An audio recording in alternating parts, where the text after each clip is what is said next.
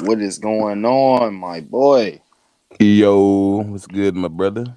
Ain't nothing, man. Finally kind of, you know what I'm saying, coming to grips that we're not going to the Super Bowl this year, man. took a week. Yeah, man. You know what I'm saying? Let it set in, you know what I'm saying? Dealing with the bullshit. I'm getting trolled and all that. And, you know what I'm saying? Look, inside, learn a lesson, man. Get your shit in while you can. Don't try. I try to be the positive fan. Mm-hmm. You know what I'm saying? So I'm out the way now. Chiefs, I ain't got too many rivals. You know what I'm saying? Right. Definitely out the way. AFC West is definitely out the way. Yeah, but I don't know. People just went crazy this with this loss or whatever, and had it up at my expense. And I could have had so much fun shitting on Cowboy fan, Raiders fan, Steelers fan. 'Cause we put them out the playoffs. Mm-hmm. But you know, you know what I'm saying? Fool me once, shame on me. Yeah. Well, not the first time, but Yeah, Uh, in my new journey. all right. Well, yeah, because you didn't, like you said, you know about that shit. Got you. Anybody that's wondering what he's referring to, I'm quite sure we all know by now that the championship weekend was last Sunday, which we saw the Bengals and Chiefs and the 49ers and Rams. And two pivotal matchups. This was winner gets a chance to go to the Super Bowl. Starting with the AFC, it was the Bengals in Arrowhead Stadium taking on the Chiefs. And Chiefs with the ruckus crowd jumped out to a 21-3 lead, up 18. In my opinion, started to get a little too cute, you know what I mean? A little too cocky.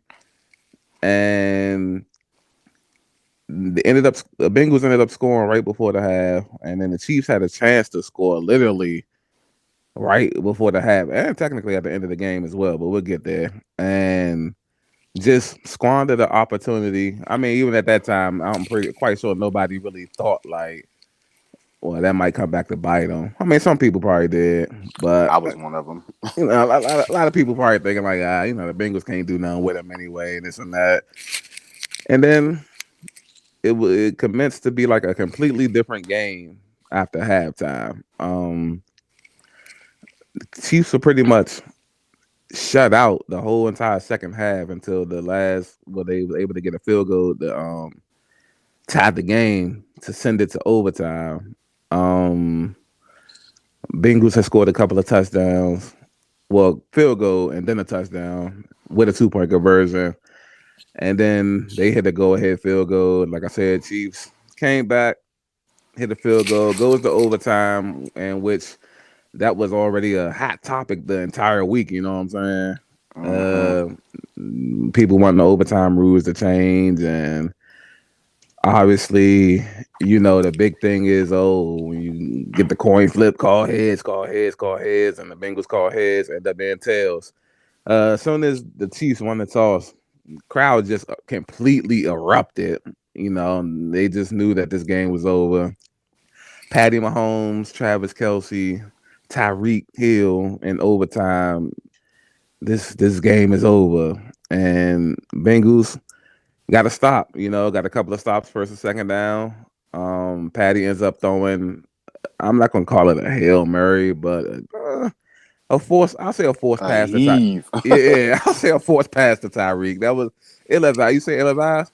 Yeah, double covered, man. Yeah, ill advised pass to Tyreek. Maybe if it's like one of your bigger guys, Right. maybe. But Tyreek, like he has to outspeed people. You know what I mean? You don't want him to go up and get it like against people. And ball ended up getting tipped from by the safety to the cornerback. He ended up making an interception. Bengals ended up gaining enough yards to set up Money McPherson, who's been unbelievable this back half of the season, because I remember completely ragging on him when the Bengals played Green Bay mid-season, and he missed a couple of kicks that could have won them that game. But they're going to the Super Bowl. Bengals from the AFC. How'd you feel about this game, Mr. Chiefs fan?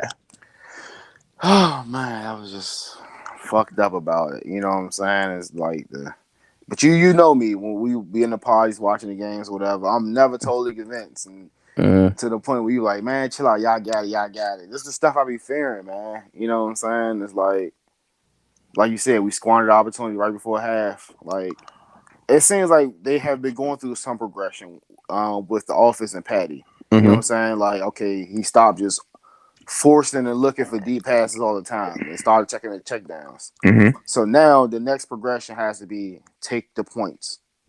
Don't leave points on the board. You know what I'm saying? Right. So like we should have at the very least got a field goal right before half. End up didn't get anything. You know what I'm saying? So and like I got records. I was talking the game through like the whole game, and I was like, man, I hope that don't come back to bite us, and it did. Mm-hmm. And you know what I'm saying? And like you said, we got shut down the whole second half. It's like they took away the check down and shit, and then like all of a sudden now. So Patty has to learn this phase too. You know what I'm saying? Because he was completely stomped bad. Okay, they took down the check down. Like now you got to figure out how to beat this shit. You know what I'm saying? And I kind of seen a few passes where I think he could have made and shit. Right. Right. Right. You know what I'm saying? But like I don't know if he just didn't trust it in the clutch or what. You know what I'm saying? Because McCole Harmon maybe dropped a few jumps, but like one jump he forced the semi, and I think running like a post or some shit like that. Harmon had a step on somebody and shit. And that might have led to, you know what I'm saying, the blow up McCole Harmon had on the sideline. I guess he went to the offensive coordinators and whatever, you know what I'm saying, tell them, Mm-hmm. hey, I'm open. And I think him and Tyreek Hill maybe got into like a nice little, small little scuffle. Well, not scuffle, but the war of words and shit, you know what I'm saying? But I think they kind of calmed it down and still Mm-hmm. try to win the game. But who knows what type of effect that had on the whole game. But Right. I was just disappointed, you know what I'm saying? Like, I just don't be understanding, like, how like one of the hottest offenses and all these weapons could completely shut out in the half. You know what I'm saying? It's kind of crazy. Right. Right. But So hats off to the Bengals.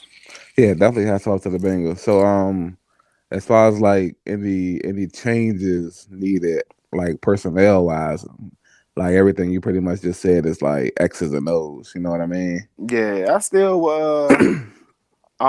if you can without breaking the bank, you know what I'm saying? Mm-hmm. Because we're gonna lose people, so try to get like a nice, like you said, like I think that's one thing we lack is maybe a sticks mover receiver. You know what I'm saying? With the old school somebody who can post somebody up and go get it. You know what I'm Right. saying? Might Right. need that for the offense. I think that's maybe what they wanted in Josh Gordon, and he never really panned out for that shit. Right. So you know, so maybe that maybe help Patty out. Maybe retool the offense line a little bit more, keep tweaking it. You know what I'm saying? It ain't perfect, Mm-hmm. but I think most of that shit, not blaming the defense, but you know what I'm saying, always can fix. That's the thing that's always kind of the weak spot with the Chiefs is the defense. Maybe get some faster, younger linebackers in, get Anthony Hitchens the fuck out of there. Daniel Sorensen, get him the fuck out of there. Yes. Definitely You know get what I'm Sorensen out of saying? there. Get an edge rusher. You know what I'm saying? I think we might lose Frank Clark. You know what I'm Oh saying? Get an yeah. edge rusher, yeah. You know what I'm saying? We might lose Melvin Gordon. I don't know if we can convince him to come back, so you gotta get some edge rushers. And just keep retooling the secondary too. You keep turning the rocks, get corners, draft corners and safeties and shit like that. I don't know if we're gonna be able to keep the honey badger either. So yeah. Yeah. Yeah. Well, at least you know it's been like a model of consistency. Maybe not with the Super Bowl, but at least the championship conference game. You know what I Yeah. mean? Yeah, it's better than your winning pedigree, you know what I'm saying? Yeah, you got the culture, you got the routine, a lot of good habits. Just like you said earlier, got to tweak some of the other habits. At least you can tweak and go, and you ain't got to completely rebuild. You know what I mean? Right. Yeah, you know what I'm saying? Well, we still got a young quarterback. We got a quarterback. A lot of teams don't have a quarterback. You know what I'm Right, saying? right, right. Got the quarterback, got the good coach. Just like you said earlier, they got to stop that arrogant, cocky stuff. Yeah. Like if I was like I'm not even gonna say the GM. If I was like the owner, maybe the GM too, definitely will pull that coaching staff in. Like, all right, enough is enough. Going forward, take the points. Right. Right. Stop all that cute shit. All these trick plays on these like swing pass with time running out in the half. You know, like stop all that bullshit. You know what I'm saying? Right. Right. Like this shit ain't hard, especially when you know like you better than the other team. Line up and like just be better. You know what I Right. mean? That'd be my whole point. Like with certain teams and shit, like do what you're good at. Force them to stop what you're great at. You know what I'm saying? Hmm.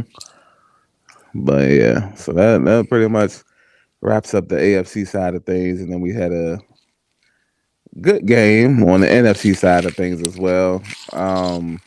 Neither one of these was pretty much like high scoring like I thought it would be. You know what I mean? Mm-hmm. Um, San Francisco is in LA, Hollywood, to take on the star-studded Los Angeles Rams at SoFi Stadium.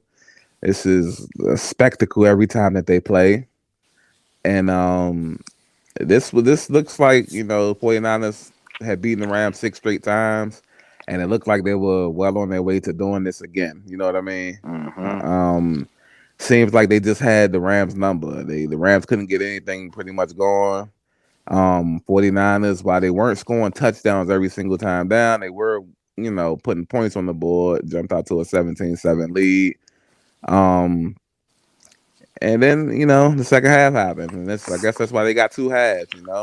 Yeah. The game ended after the first one. 49ers would have been good to go. Chiefs would have been good to go.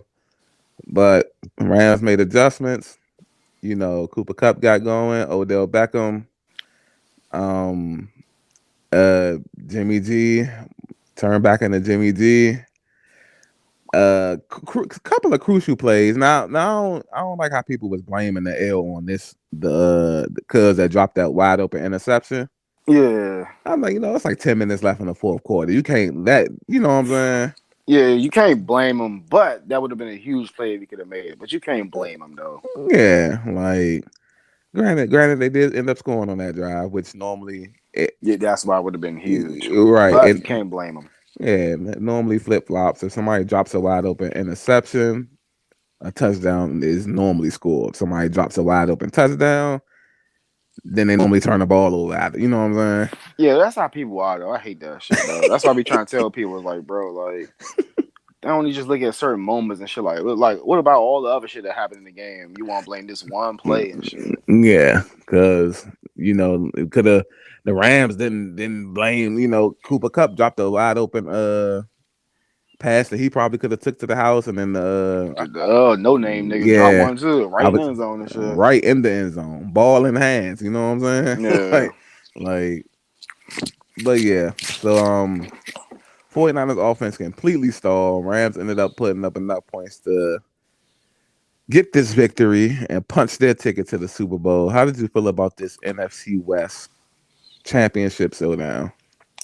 oh man, this was is an alright game, man. And, I always kind of like watch these type of quarterbacks closely because people hype them up. Mm-hmm. So I'm just like, it's like I kind of knew it. You know what I'm saying? No, not to take nothing away from like which one's gonna fuck up less and shit like that. That's what I was thinking going into the game and shit. But it was a decent game. They both came out there. Matthew Stafford throwing some good stuff, and same Mm-hmm. thing with Jimmy or whatever. But Mm-hmm. it was a defensive battle, man. Like Facts. so, yeah, man. I was surprised. I'm like surprised at how like San Francisco was able to contain Aaron Donald in that defensive line like that. They didn't make too much of a big difference. Like I thought they would just straight dominate them and shit like that. But Right. that's how rivalry games be. Shit, that shit it should be crazy like that and shit. But man, it was a good game though, man. Yeah. I know they were rotating the guys a lot on the offensive line. Like, shout out Trent Williams because he's like an excellent tackle and whatnot. Yeah, like you said, you play a team enough times, man. You can kind of okay. We know Aaron Donald like to do this.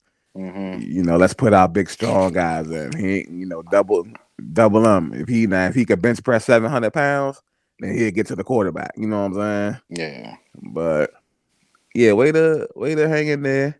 Um, of course, still had do it all Debo doing his thing. You know what I my mean? boy. Yeah, super, super, super emotional after the game. Burst into tears. I know that's a heartbreaking moment. You so close yet so far away. I want your opinion on this too. And did you see the Jimmy G interview? Nah, I didn't. I had to go to work and stuff like that. Nah, I ain't hear nothing about it. What happened? So, you know, obviously they was asking Kyle Shanahan, about the quarterback position going forward, and whose job is and this and that. And Kyle Shanahan give you the little politically correct answer. Jimmy Garoppolo is the quarterback at this moment. Season just ended. We don't. That's all we know.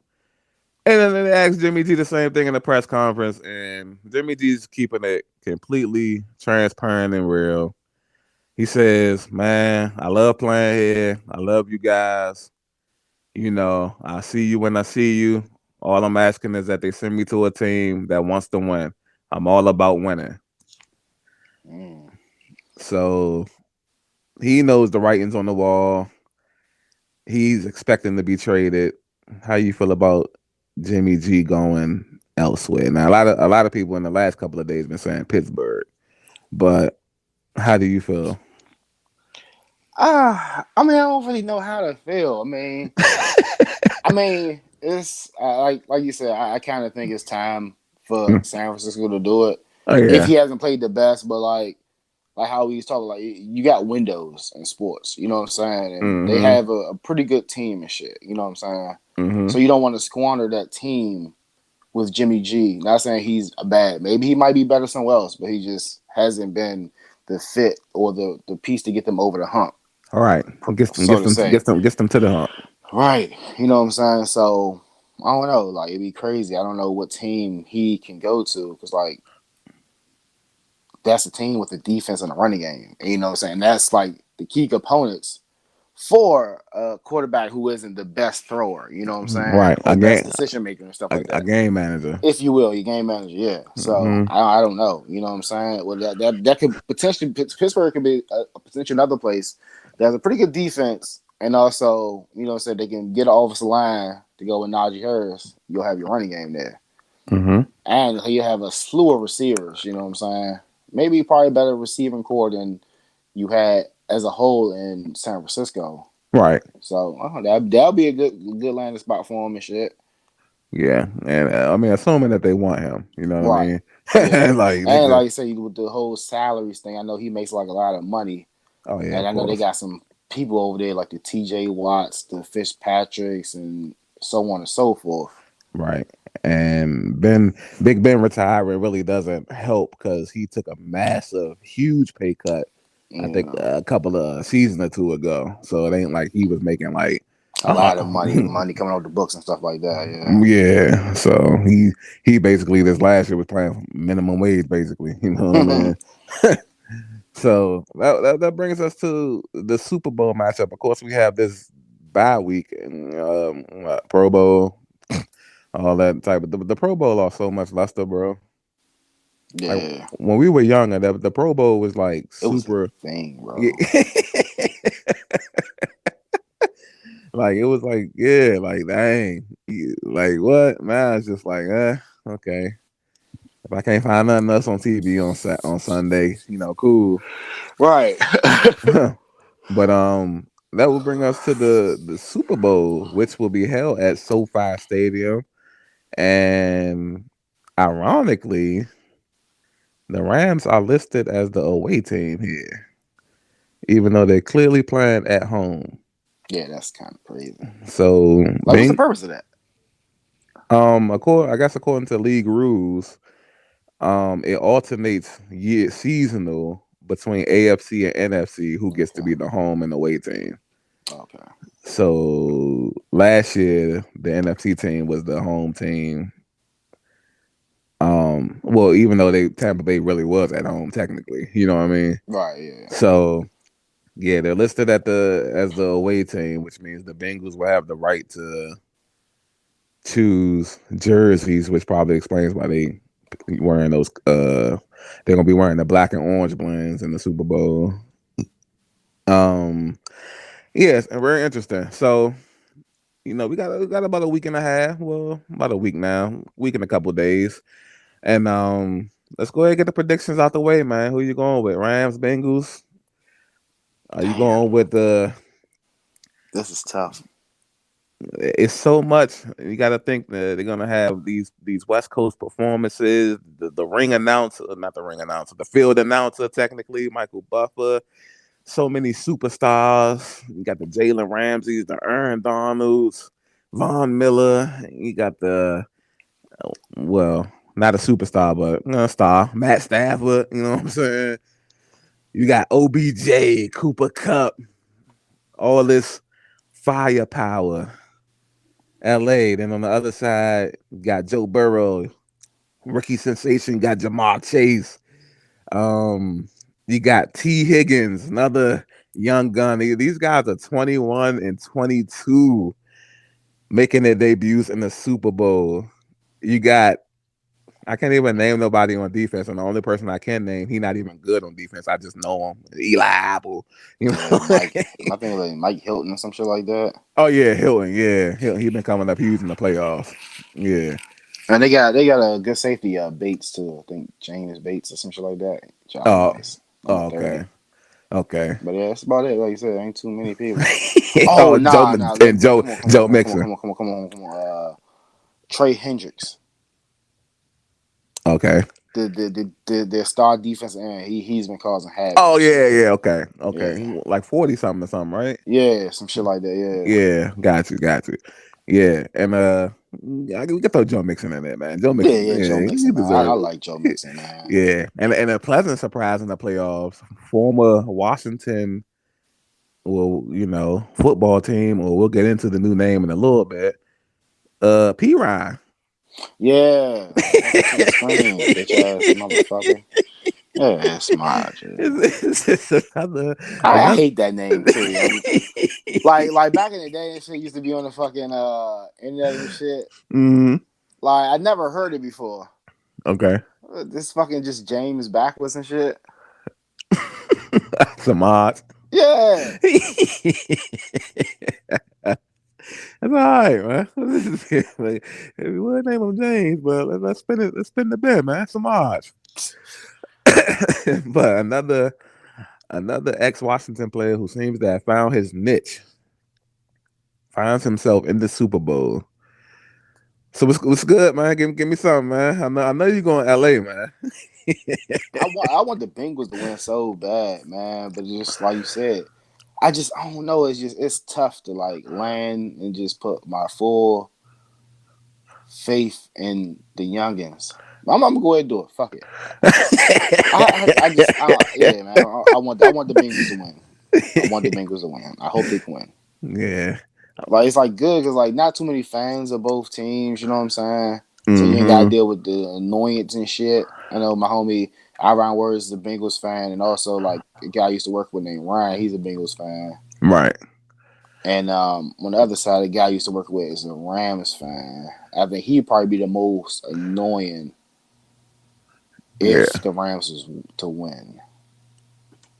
Yeah. I know about 5 or 6 Rams fans. But they've been cool. Like I've known them since we was in school too. You know what I'm saying? Mm-hmm. And they've been pretty cool. It seems like only the Cowboy fans and like the Redskin fans really the ones that just be Yeah, you yeah. know It's like they always think each one's like worse. They both like the same level of annoyance, bro. right. Um.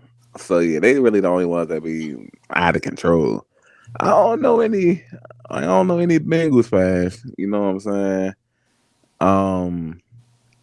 You already know I'm going Bengals, man. I try to tell niggas, I ain't saying it's gonna happen, but man, and Joe, I trust, man. You just gotta. Yeah, I hope they win, man. I swear I hope they win. Like you know what I'm saying? Me not even being biased hmm because they beat us and all that. You know what I'm saying? I can't even hate on them.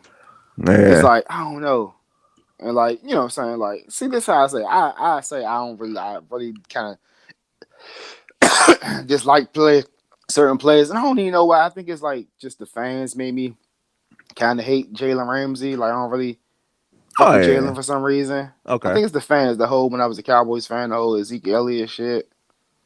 I Oh think that kind of yeah. made me have a disdain for him, and I don't know. I wouldn't want that. I don't. If I could hate, you know what I'm saying? Hope that nigga don't get a ring. Yeah. And like for me, like to say to go off what you saying, like the unbiased thing. I wouldn't mind Matt Stafford getting the ring either, though. You know what I mean? Like he Okay. does. He done wasted a lot of his career in Detroit. You know, and hopefully if Joe Burrow can't do this, but I'm like I really be confident in Joe Burrow though. You know what I'm saying? Mm-hmm. Like, but if he can't do it, then I Matt hope they Staff. do it, man. Yeah, I'm fully with him. I fully believe in this. Like, it's like watching that LSU season, bro. Like, you just knew. Like, it's just something you could just tell. You know what I'm saying? Mm-hmm. And now he done got like it's funny because I seen like when they beat y'all or whatever. You know how you be seeing like the memes and stuff on Twitter, and it was like a little. It wasn't a meme, but it was like a little side by side picture, and I ain't even know like they got one of his top offensive linemen from LSU too. Oh, I ain't know that. Yeah, because they had a side by side picture, and it was like this was such and such holding up Joe Burrow after the national championship win, and this is such and such holding Joe Burrow up after they defeated the Chiefs on Sunday. I'm like, nah, I didn't know he played for these niggas. So everybody had a little LSU pipeline over there. Yeah, yeah, that's really what you want your quarterback to be like super comfortable. That's what you gotta do for real. You know what I'm saying? Yeah, that's a good way. That's a good way to build. Yeah, like he in his rarest form, he's playing with these guys. So, because I think they got Wichicom on the practice squad, if I'm not mistaken, Thaddeus Moss, Oh, okay. Randy Moss, son. But yeah, last little tidbit on it. If Joe Burrow do wins, he'll join an elite company because only two quarterbacks in league history have ever won a Heisman Trophy and a Super Bowl trophy, and that would be Joe Namath and Joe Montana. Ironically, two Joes. He's trying to become the third. So we haven't seen Joe Namath play in 40 years. We haven't seen Joe Montana play since like what, late 80s, early 90s. Mm-hmm. And that record has stood for, it's been about almost 30 years, you know what I'm saying? And Joe Burrow has a chance to break it in a span of 3 years. Like, he just was in the national championship game 2 years ago. Yeah, I hope the Bengals win too, man. I'm going, I'm going Bengals. Yeah, I think it's some crazy fact around that shit. I think I heard like he might be the first or one of the few to win a Heisman national title and a motherfucking Super Yeah, Bowl and shit. yeah. Nobody's never did all three. Yeah, nobody's Yeah. never done that. And So, he might get up the ante if he win and get Super Bowl MVP and shit. You know what I'm oh saying? yeah, make sure nobody never do it. Yeah, a tough road, my boy. If you want to catch that. Yeah, and it's crazy because it's like you know he he got his whole career to like do this as well. You know what I'm saying? Right. But to maybe do it in a 3 year span, Will be crazy.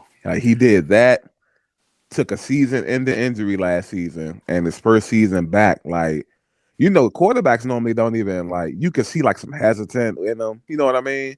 Like Hmm. coming off a torn ACL and MCL, like they'd be timid.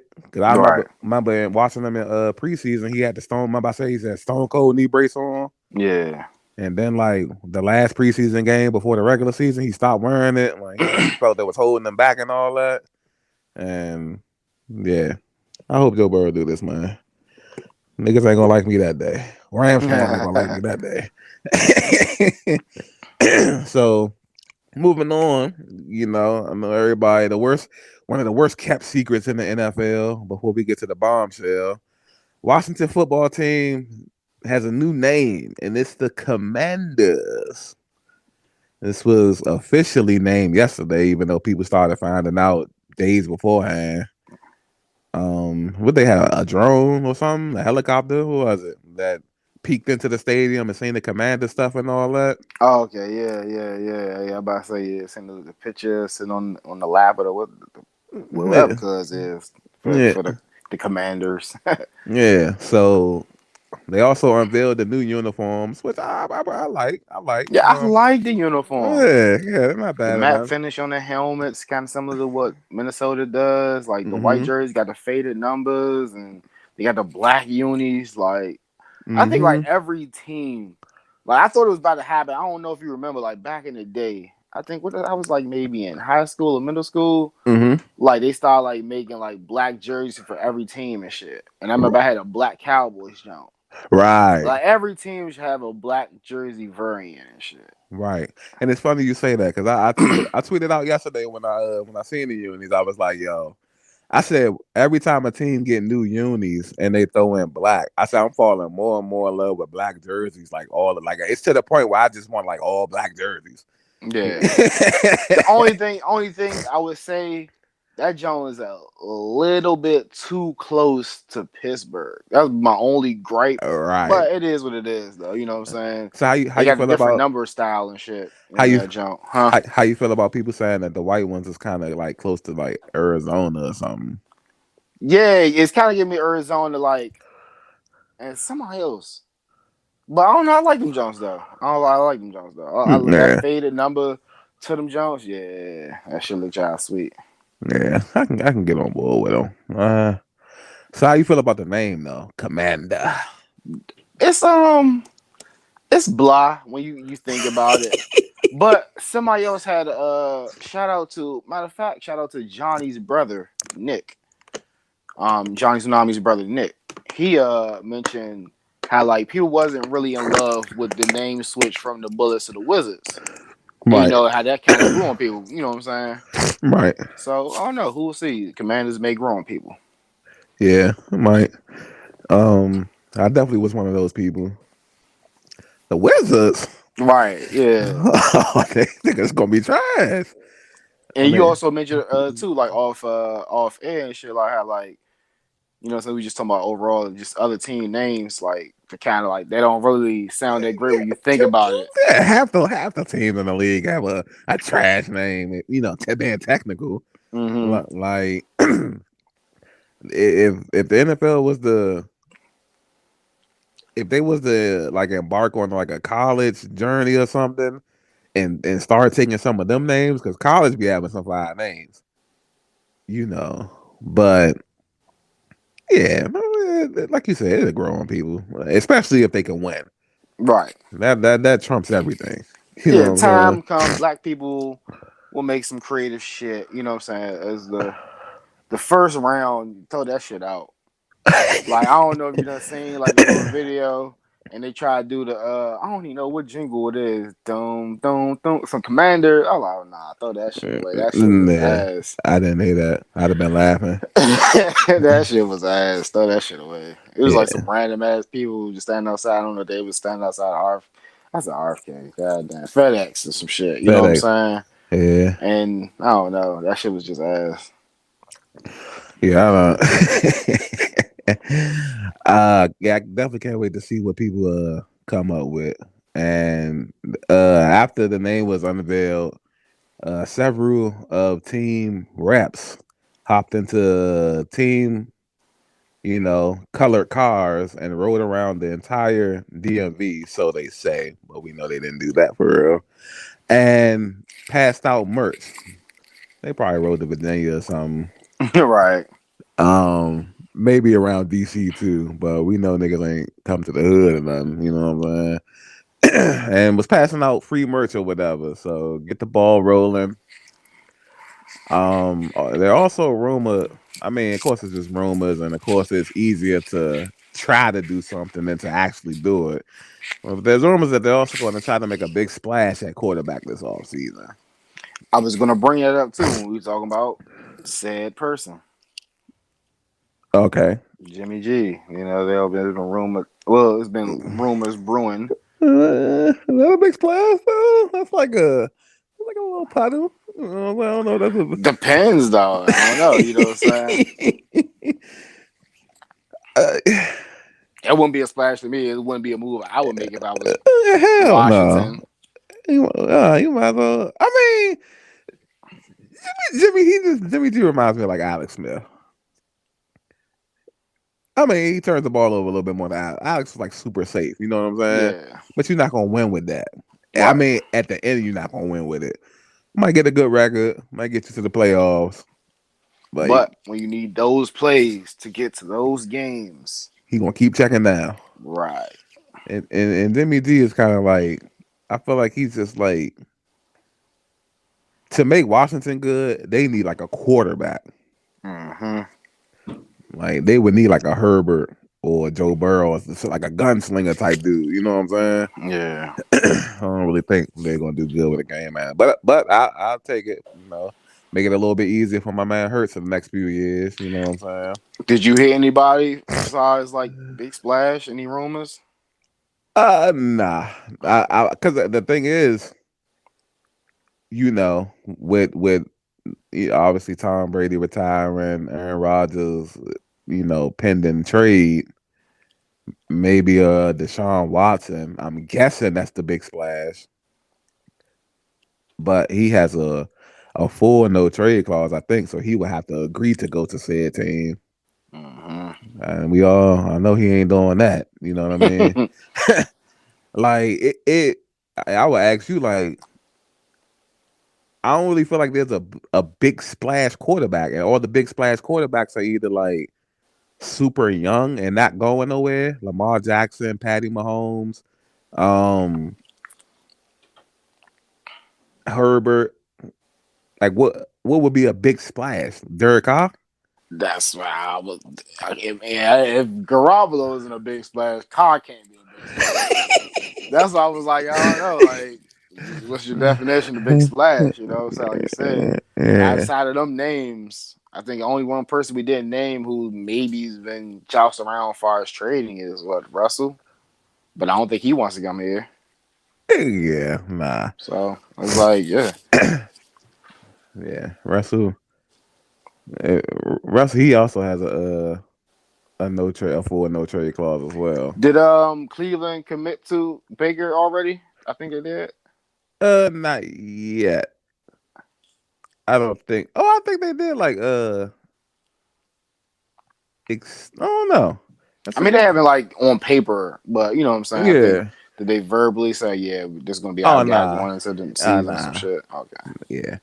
I mean, that would be a big splash technically right. That'd from be probably the biggest of the. publicity's side. Yeah. Baker Mayfield in DC. Yeah, it'll be Dak versus Jalen for the NFC East the next 5 6 years.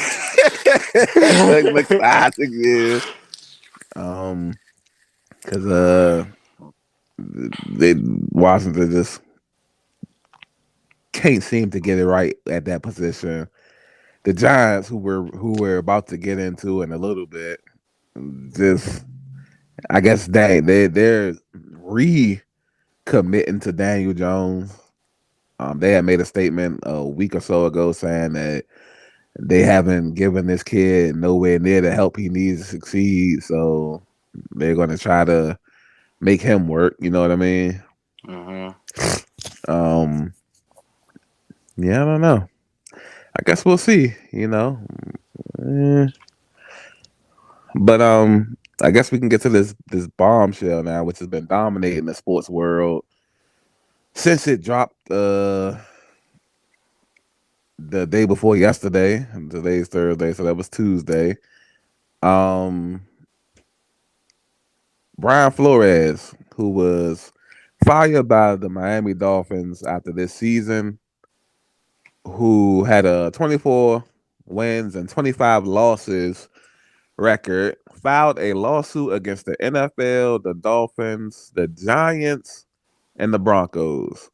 Now they still haven't dropped any details about the Broncos, but I'm just assuming that it just ties into these other two. You know what I mean? Mm-hmm. Um, there's two different branches for the Dolphins now. He's alleging that Dolphins owner Stephen Ross offered him incentives to lose and get the best possible draft pick, as much as 100,000 every loss.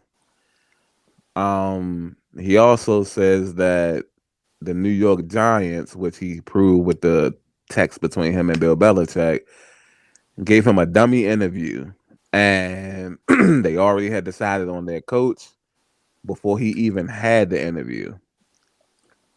He's been making his media rounds. He's been doing interviews on ESPN. He did one on CBS yesterday morning. I watched it on YouTube.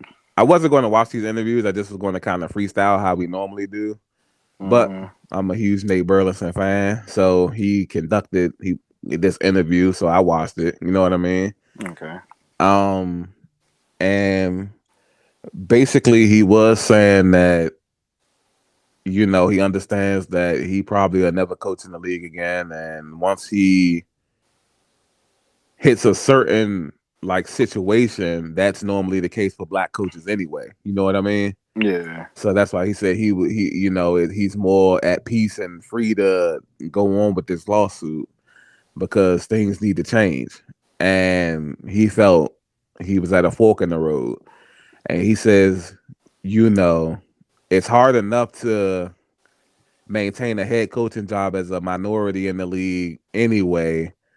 And it's my first season coaching, and you're basically trying to pay me to lose, knowing that if I do bad with you, nobody else is going to want to really give me a second chance.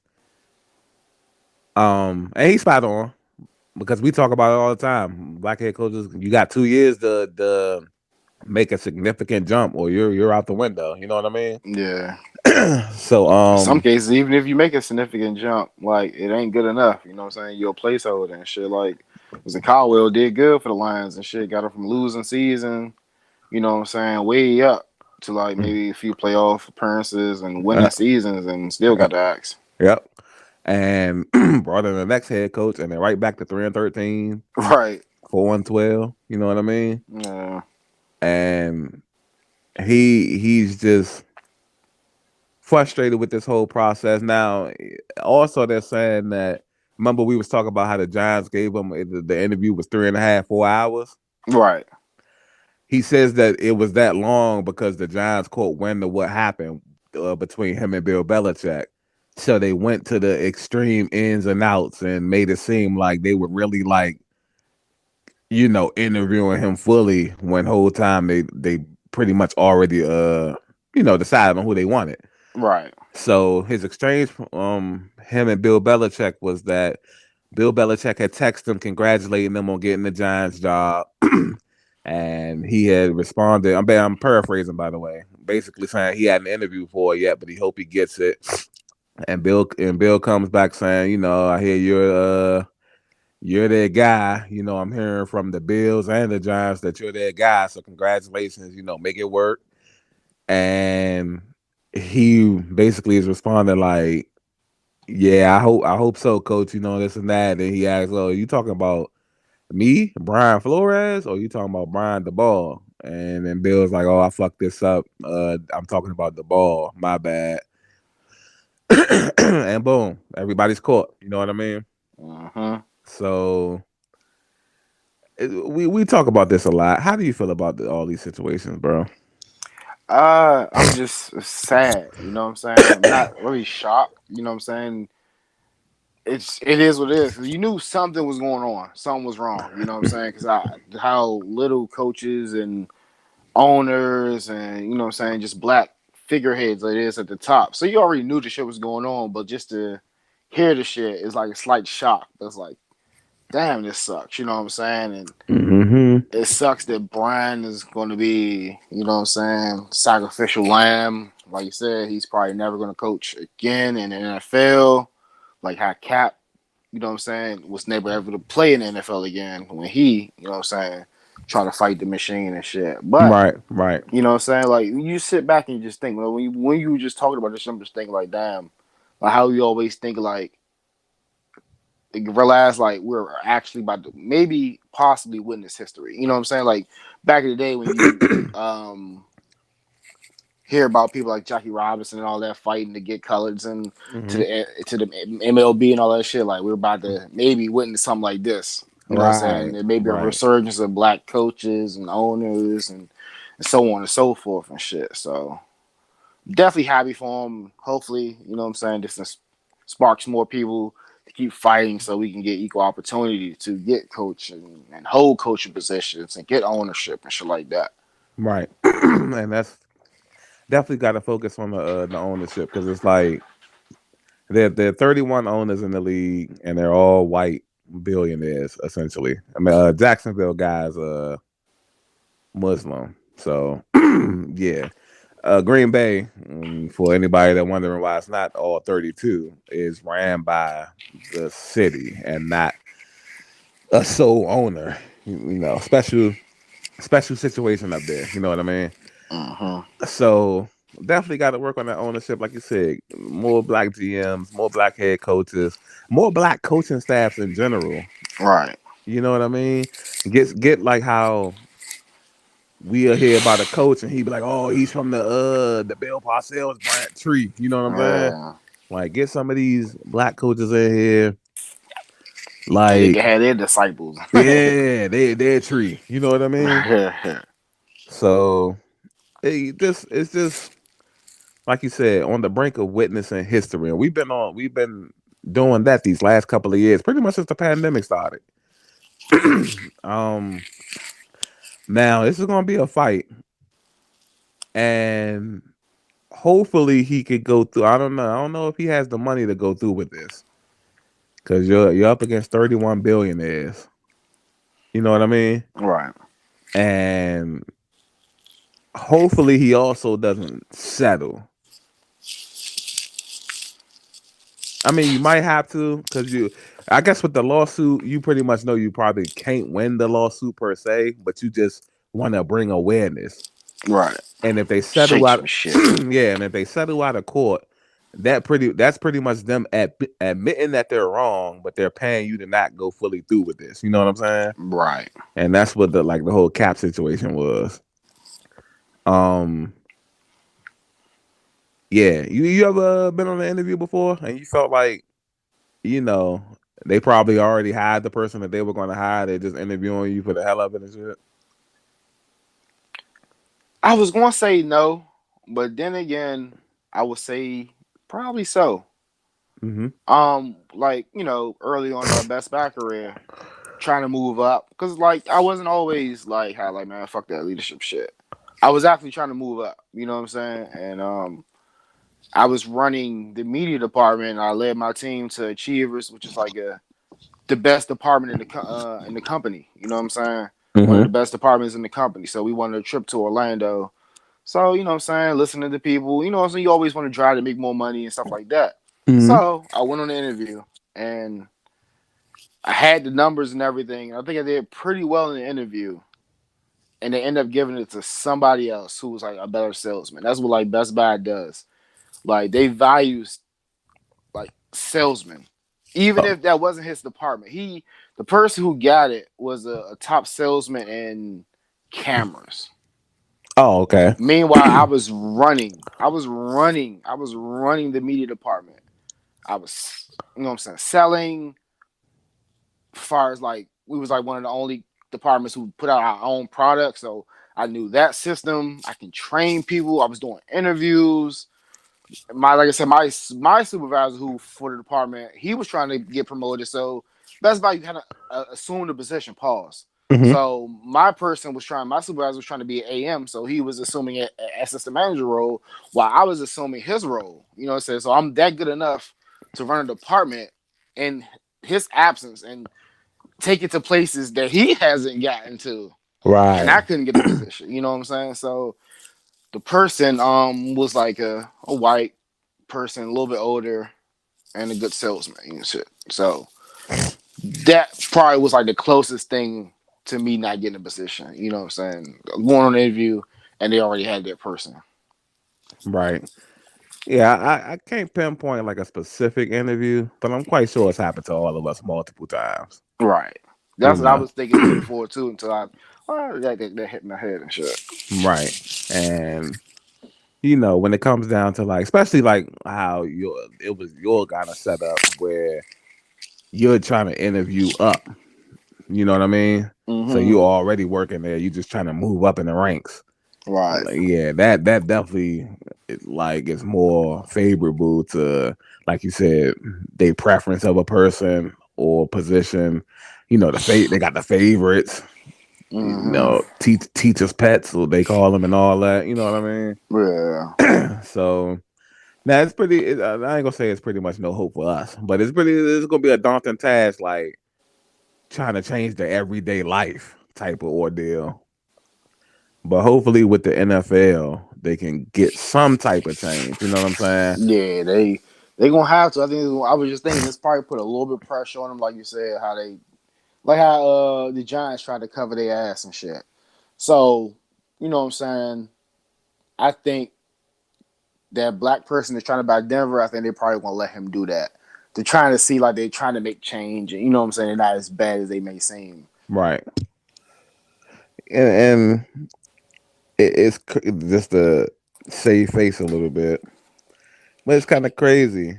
And we was looking up like teams that had never had black coaches before, Mm-hmm.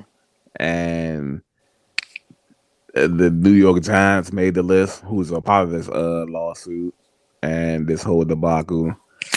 And I don't know, just kind of got like a undertone racist history. I'm guessing, you know what I mean? Yeah. So they might. I know that's one of the biggest markets in the whole entire league, but they might have to come up off of that. But do you feel like the Dolphins owner should be stripped of his ownership? I don't know. I mean, Because I this don't is know. because basically he's paying to try to, like, like with the NFL, all this sports betting going on, and he's basically paying to like lose games and shit, like tank.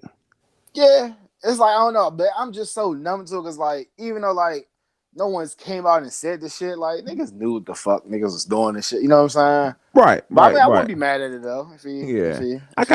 I kind of feel like it's always. I kind of feel like, one thing about life is it's always you know how you be at work or you was in school or something and you was like doing something you ain't really had no business doing, but you had like that cool teacher or something that was just like, all right, go ahead, but if you get caught, it's on you. You know, Yeah, like I kind of feel like that's what it is in the NFL. You know what I yeah, mean? Like, all right, you know what I'm saying? Don't tell me about it, but if anybody find out, we gonna have to, yeah. yeah. It's crazy though. I didn't know niggas was getting paid extra incentives to do it. I thought they were just told, hey, nigga, you know what I'm saying? Hey, I mean, cause everybody, you bring like a nigga on this shit, and everybody don't be with the foolery. You know what I'm right? saying? Yeah, So that's and 100,000, like we talk about six digits. You know what I'm yeah, saying? per loss and shit. Like I'm like, all right, you know what I'm saying? I'm trying to win owner, but I give you three. I give you three L's. You know what I'm Yeah, it's a tough spot and shit. You know what I'm saying? saying? Because like you want the money. Right. But then you gotta think like how Flores said, like, dang, that's my first shot. You black. I'm black. I already got Yeah. shit against me. Like, that's Right. like how be my thinking about like taking certain jobs. Mm-hmm. Like, yeah, you can take a nice job, you know what I'm saying, and make you like X amount of money. It's a big increase. But how long are you gonna have that? Right. You know what I'm saying? Versus like doing what you're doing now. It's consistent money at a less rate, but it's consistent. You know what I'm saying? Mm-hmm. So it's that gamble. You know what I'm saying? That's a tough situation to be in. Right. Right. Right. Yeah, it's super tough to be in. And obviously he, because the Dolphins, he did have winning records these last two seasons, so obviously he wasn't going for it. You know what I mean? Mm-hmm. Um, I like I guess it would come down, and I know people are going to do the whole morals thing versus no morals thing, but I look at it as a different way. Like when we was talking about the baseball Hall of Fame, the other podcast with Roger Clemens, and him saying that he didn't play baseball to make the Hall of Fame. You know what I'm saying? Mm-hmm. Like he just was playing to win championships, be the best he could be for his team, and give his family financial wealth or whatever. So if you like that, then yeah, but it's a complete setup though. Because it's like the owner can just come out and fire you, and then in the public's eyes, like, oh, you was losing all them games, you deserve to be fired. You know what I'm saying? Right. And the whole time he orchestrating you to be fired, you following a script basically, and then you don't even get, the said opportunity. And even though he still had two more interviews lined up, he probably felt like he wasn't gonna get them either. I think he's supposed to interview with the Broncos. I think, you know what I'm saying? Yeah, And I want to say they. I think he might have had. I don't know if it was another one, but like they kind of said the same thing and shit. They kind of came out and said, everybody defended themselves and they said they had a 3.5 hour long interview with full of notes and shit like that. So it was a real interview. That's what they was trying to say. I don't know about the yeah, it's the second one same. with him. That's the same thing that John said. Yeah, that's But what I'm saying. Everybody yeah, trying to fake cover their tracks and shit. okay. I got a lot of notes though. Like that's supposed to, that's supposed to matter some shit. Like, so I kind of feel like it got to be like something, or maybe like, yeah, because the Rooney Rule that's not good enough. You know what I'm saying? Like, I ain't saying you got to get your head coach picked for you, but if somebody got certain qualifications over somebody else, you know what I mean? Yeah, they I don't even know if you can do that shit, but that's what they need to do. Is like a X amount of time you gotta have a candidate of color. You gotta hire one and give them X amount of time. But I don't, you can't probably can't do that shit. Right, all right, but it's interesting to see like what'll happen from here. Yeah, that was like the first step to like the quote unquote shut people up and shit. The Rooney Rule. Yeah, and shout out to Pittsburgh because that's the rule named after them. Basically, their owners because they were doing that before it was even a rule. You know what I mean? Right. So shout out to them. Yeah, we're gonna interview. I mean, albeit one is the real rule, but I don't know how many they was doing. But yeah, we're gonna bring in a minority, see what they talking about. Technically, I think they got the only black coach in the league, right? Yeah. Yeah, because Leftwich ain't official. Right. Yeah. So Mike Tomlin, who's a Hall of Fame coach, he's been coaching for 15 years. He's clearly the anomaly. You know what I mean? Mm-hmm. And Pittsburgh, they're so structured anyway. Because I can't even remember like a bunch of head coaches. Like they had their coaches for like 30 and 40 years at a time, or 20 and Right. 30. Chuck Noll, and then Bill Cowher, and then Bill Cowher, the Mike Tomlin. You know what I'm saying? Right. And we don't went from 2022 all the way back to Terry Bradshaw and them. Just that with three coaches. You know what I'm saying? So yeah, well, it's interesting, like you said, seeing history potentially could be altered and made here. Might see something that might be in textbooks one day or whatever niggas gonna be studying on in the future. Yeah. All right, It's so crazy. I was just thinking, though, it's like, you see how well, I know they probably hated having black people like dominate the league and shit, right? hmm Players. But you see how well we are. Like, I know like niggas just holding on to coaches and quarterbacks. That's like the main thing that like white people kind of like fully dominate and shit. hmm They probably just don't want to let that shit go for shit. yeah, because they're thinking like long haul, and the way that, and this is what I be trying to tell like my friends like that be on like need that just need a different perspective. The way that they see us struggling, they know that if they give all these positions up, that's going to be their family down the line. Yeah. You know what I mean? So they're just trying to prevent and protect themselves as long as they possibly can. You know what I Yeah. mean? Like I get it. It's just like gotta find some common median. Can we be equal? Right. So why can't it be like just a good number, half, whatever? So let's let the Uh, strongest candidate survive. yeah, So I mean just keep getting these white coaches keep getting job after job after job. Meanwhile, black motherfuckers just can't, so they get one joke. All right, nigga, so back to purgatory for you. yeah. Bring back the AFL, man. But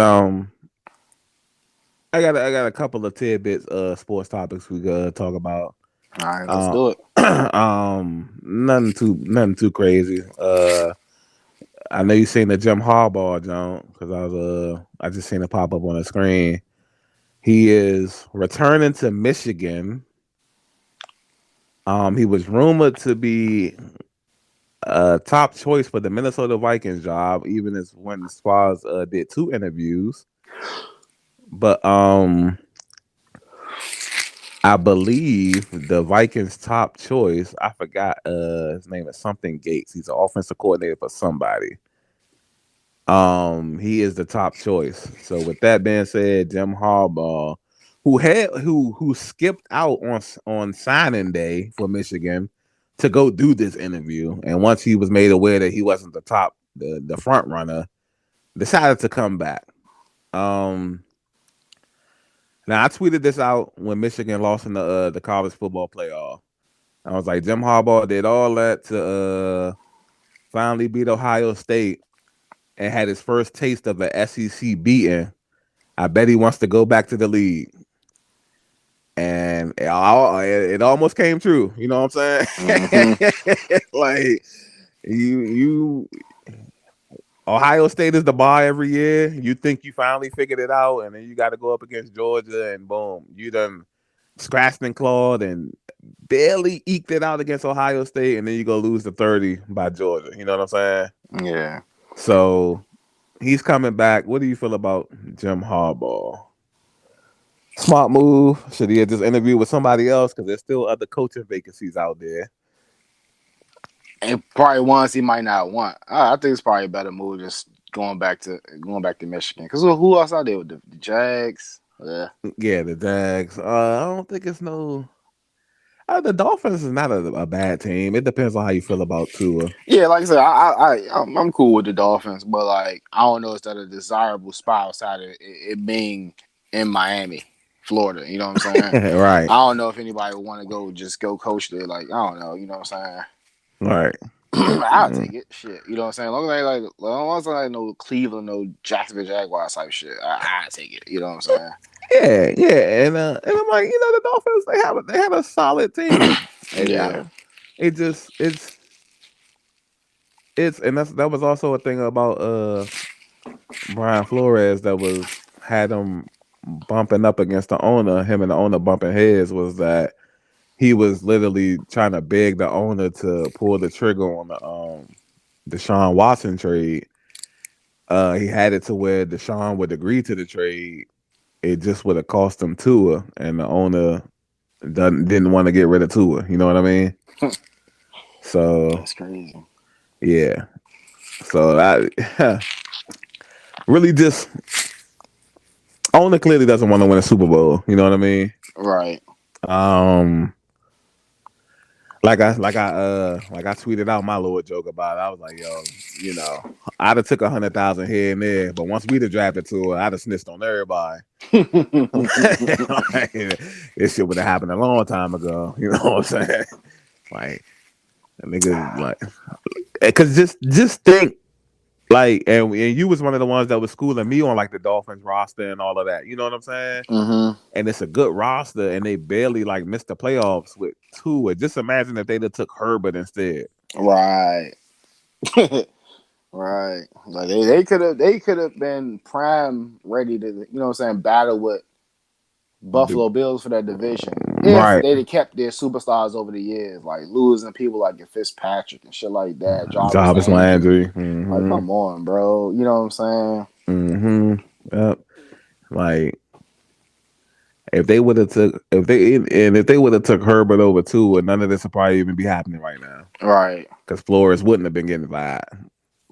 Because like they probably would have had a better record. They probably would have at least made the playoffs. You know what I mean? Mm-hmm. And yeah, I hate to come off as such like a Tua hater, but yeah, I really don't be feeling Tua because niggas was trying to say he was better than So, Burrow. like, that's your one person. Like, that's at least one of the people you like.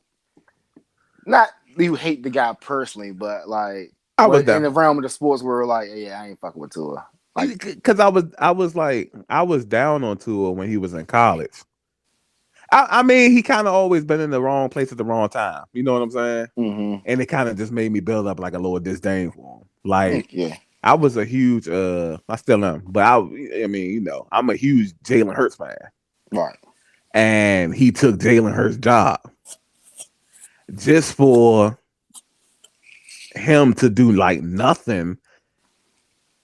I mean, they won a championship together, but Jalen Hurts was just as big a part of that as Tua. And then after Jalen Hurts transferred, Tua kind of fell off. You know what I mean? Yeah. While Jalen Hurts was like Heisman runner up at Oklahoma. Like he throwing 50 something touchdowns. Like if it wasn't from a unearthly performance from Joe Burrow, like he would have won the Heisman. You know what I'm saying? Yeah. And then yeah, going against Joe Burrow and shit. So he kind of was just always at the wrong place at the wrong time. And then I don't know if you remember, but when it was like draft time, niggas was swearing he was better than Burrow and Herbert and all that. You know what I mean? Yeah. So I kind of was just like, yeah, we'll see about that. Y'all can have Tua. I ain't a big fan of his. You know what I'm saying? But yeah, I'm telling nigga, oh, the Bengals should have took Tua number one, or uh, Killer was saying the skins would have been good with him, and he was the left-handed Russell Wilson and all that. You know what I'm Oh saying? yeah. I'm like, go ahead, bro. But yeah, just I don't know. I kind of feel like he just Jim Harbaugh's in a lose-lose situation. You go back to Michigan, it ain't like beating Ohio State is a given. It took you 6 years to do it. You know what I'm saying? Mm-hmm. Like you interviewing the same day that these commitments is signing the schools. Like somebody probably done chose somebody else because they thinking you leaving or something. You Right. know, you know. Cost your organization, your Yeah, university. yeah.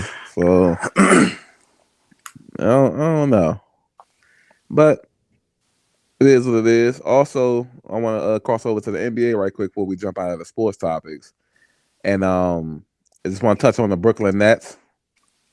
And we rag on Kyrie, and then we get Kyrie ultimate props. You know what I'm saying? Mm-hmm. So this is one of those moments where, well, I mean, we're not gonna rag on him, but it's a little like, bro, what are you talking about? One of those kind of moments. So Brooklyn Nets lost last night to the Sacramento Kings, right? They're on this West Coast road trip, so Kyrie's playing all these games. And since Kevin Durant got hurt, Brooklyn's 2-7. They also on a 6-game losing streak. They lost 6 in a row. They went from second place in the East. Right now, they're sixth place in the East. Um, when asked by reporters after the game, what's been like the biggest reason for the losses, especially tonight against the Kings, Kyrie answered and said, a lot of teams are playing playoff adjustment defense against us. The Kings were playing playoff adjustment defense against us. So I say that to say this. Bro, the last time the Kings made the playoffs, I might have been a kid. And if I was a kid, all of those players on the Kings right now, I know they were kids. Yeah. How do they know how to play playoff adjustment basketball? Right. Bro, y'all are just come out and say it. We keep it real. You keep it real any other time, bro. Just come out, yo. We need KD. You know what I'm saying? Like Yeah. we need KD. Like this doesn't work without KD. That's what I wanted to hear him say. Like, what do you feel about that, right quick? They're just acting up, bro. Like you're just wilding out, bro. Like what are you talking about, bro? I love Kyrie, but that's one of those. Come on, bro. Like you said, man, we rag on him so much, bro. I'll just keep it short and sweet, bro. Like what? Come on, bro. I knew we was gonna have a good laugh about that. That's why I wanted to bring it up. I was like, Much appreciated, bro. the playoff adjustment though. These niggas ain't never been to the playoffs. Right. Like, Playoff adjustments, though. like one of the worst records in the league. They damn sure ain't going. You know what I'm saying? Like, Yeah, come on, man. Like, nah, I just need KD, man. That's all. Right. But then we could cross over to the hip hop world, the pop culture. Um, well, before we get to that, let's go ahead and get the Jackie Chan thing out the way, because Oh that, yeah. yeah, because that doesn't qualify, and the rest of these Jones pretty much the hip hop world. So Jackie Chan was popping back up into the headlines and all that for making a statement and saying that his life insurance policy on his life, which is up to 400 million at the moment, won't be going to his son or any of his family. It'll be completely donated to charity. Um, he says that, and this was the quote directed to his son, specifically to his son, saying that if he can make his own money, then he won't need mine. And if he can't make his own money, that means he'll just waste mine. And that was the quote that he said. Um, we talked about this off air. We tried to keep it, minimum to save it for the podcast. So go ahead and unleash, bro. How do you feel about this? Man, this is super, super fucking corny, bro. Like I thought that was the job of a parent is to, you know what I'm saying, work hard to provide a better life for your seed. You know what I'm saying? And I get where you're coming from a little bit, but it's just super corny, bro. You know what I'm saying? Like you're not about to be here. You can't spend all that money. You know what I'm saying? Like even if you want to look out, you know what I'm saying? You can like I'll at least do half half. Right. You know what I'm saying? Or Make it like a to make it incentive based. yeah, you know what I'm saying? Or yeah, if you want to do that. And it just hit me and shit, you know what I'm saying? Like when we first talked about the topic, I just thought it would. I still do. It don't change my mind as much, but you got to remember that. And forgive me, because I might fuck this up. But he's like, what? I don't know the correct. I'm always bad at the correct terminology. He's like, is the correct terminology the umbrella? Is he Asian, Don't Chinese, or whatever? don't give me the mind, bro. Yeah. So in that culture, I believe, you know what I'm saying. Like they're super, super hard on their offspring and shit. You know what I'm saying? How they'll be looking at people as failures if they aren't like lawyers, doctors, and so on, so scientists and shit like that. So that's probably where that shit is coming from a little bit too. You know what I'm saying? But Okay. I still don't like that shit though. You know what I'm Yeah, saying? because that's a problem in our culture as well, though. Yeah. Like, and we had when we did one of the generational curses podcasts a long time ago. I was saying that I done read like stories where people leaving the money to like charity or the church, or they leaving the money to the dog, knowing the dog ain't gonna be able to cat. You know what I'm That's like that shit is so fucking dumb and spiteful, bro. Like, how fucked up of a person you gotta be, bro? Like, you know what I'm saying? Like, you ain't even about to be here on this earth, and you gonna leave it to a dog or a charity or something. I mean, granted, give you can give some of that money. That's a lot of money. He probably don't need all that money. Yeah, right. Correct. Correct. You know what I'm Correct. saying? We said Correct. 400 million or 400 Four, billion 400 million. million. So give 200 to charity and shit, and then like you said, you get it to them. You know what I'm saying? Like, hopefully they use all that shit the right way. You know what I'm saying? I just be, you know what I'm saying? It's be corruption everywhere. I say, man, not even dig far and all that shit. Yeah, But leave that nigga with somebody, man. I'm about to say, but the thing is, bro, it's like that's your family, Right? regardless. That's your Yes. family. Like that. What was the point of you like? If that's the case, why even get the policy? I don't know. I don't know. That's just like just a formality. You got to do it, and I guess he's doing that shit to keep it away from him. Cause like I don't know, maybe if Oh he didn't get yeah, the policy, then maybe that shit just would funnel down to him yeah, since he is automatically the offspring. Yeah, that's right. correct. But I mean, come on, bro. That's Like, cool. That's so that shit makes me mad as shit, bro. I can only imagine how his son feels. right, and it's like, and to bring it back to like our culture is like that's another reason why black people won't get ahead, because it's like like you said, you done bust your ass for 40, 50 years. You done earned a insurance policy. And instead of leaving it to your kid can open up a business. Kid can go buy a McDonald's, or he can go out and buy a Starbucks or something. You know what I'm saying? Right. Like get the ball rolling for the Something that can family. pass down. Yeah. Right. But like You never know. we always say, and we say it so much, especially since the pandemic started. If people know that they're not gonna see the benefit of what it is, they not gonna want to fuck with it. Mm-hmm. You know what I'm saying? And it's just like you said, spiteful because it's like if you know you're going to be dead, what's it going to hurt you? Right. Like that aside from the money, it would make me feel some type of way about the parent Yeah. because like, oh, you really don't fuck with me then. Right.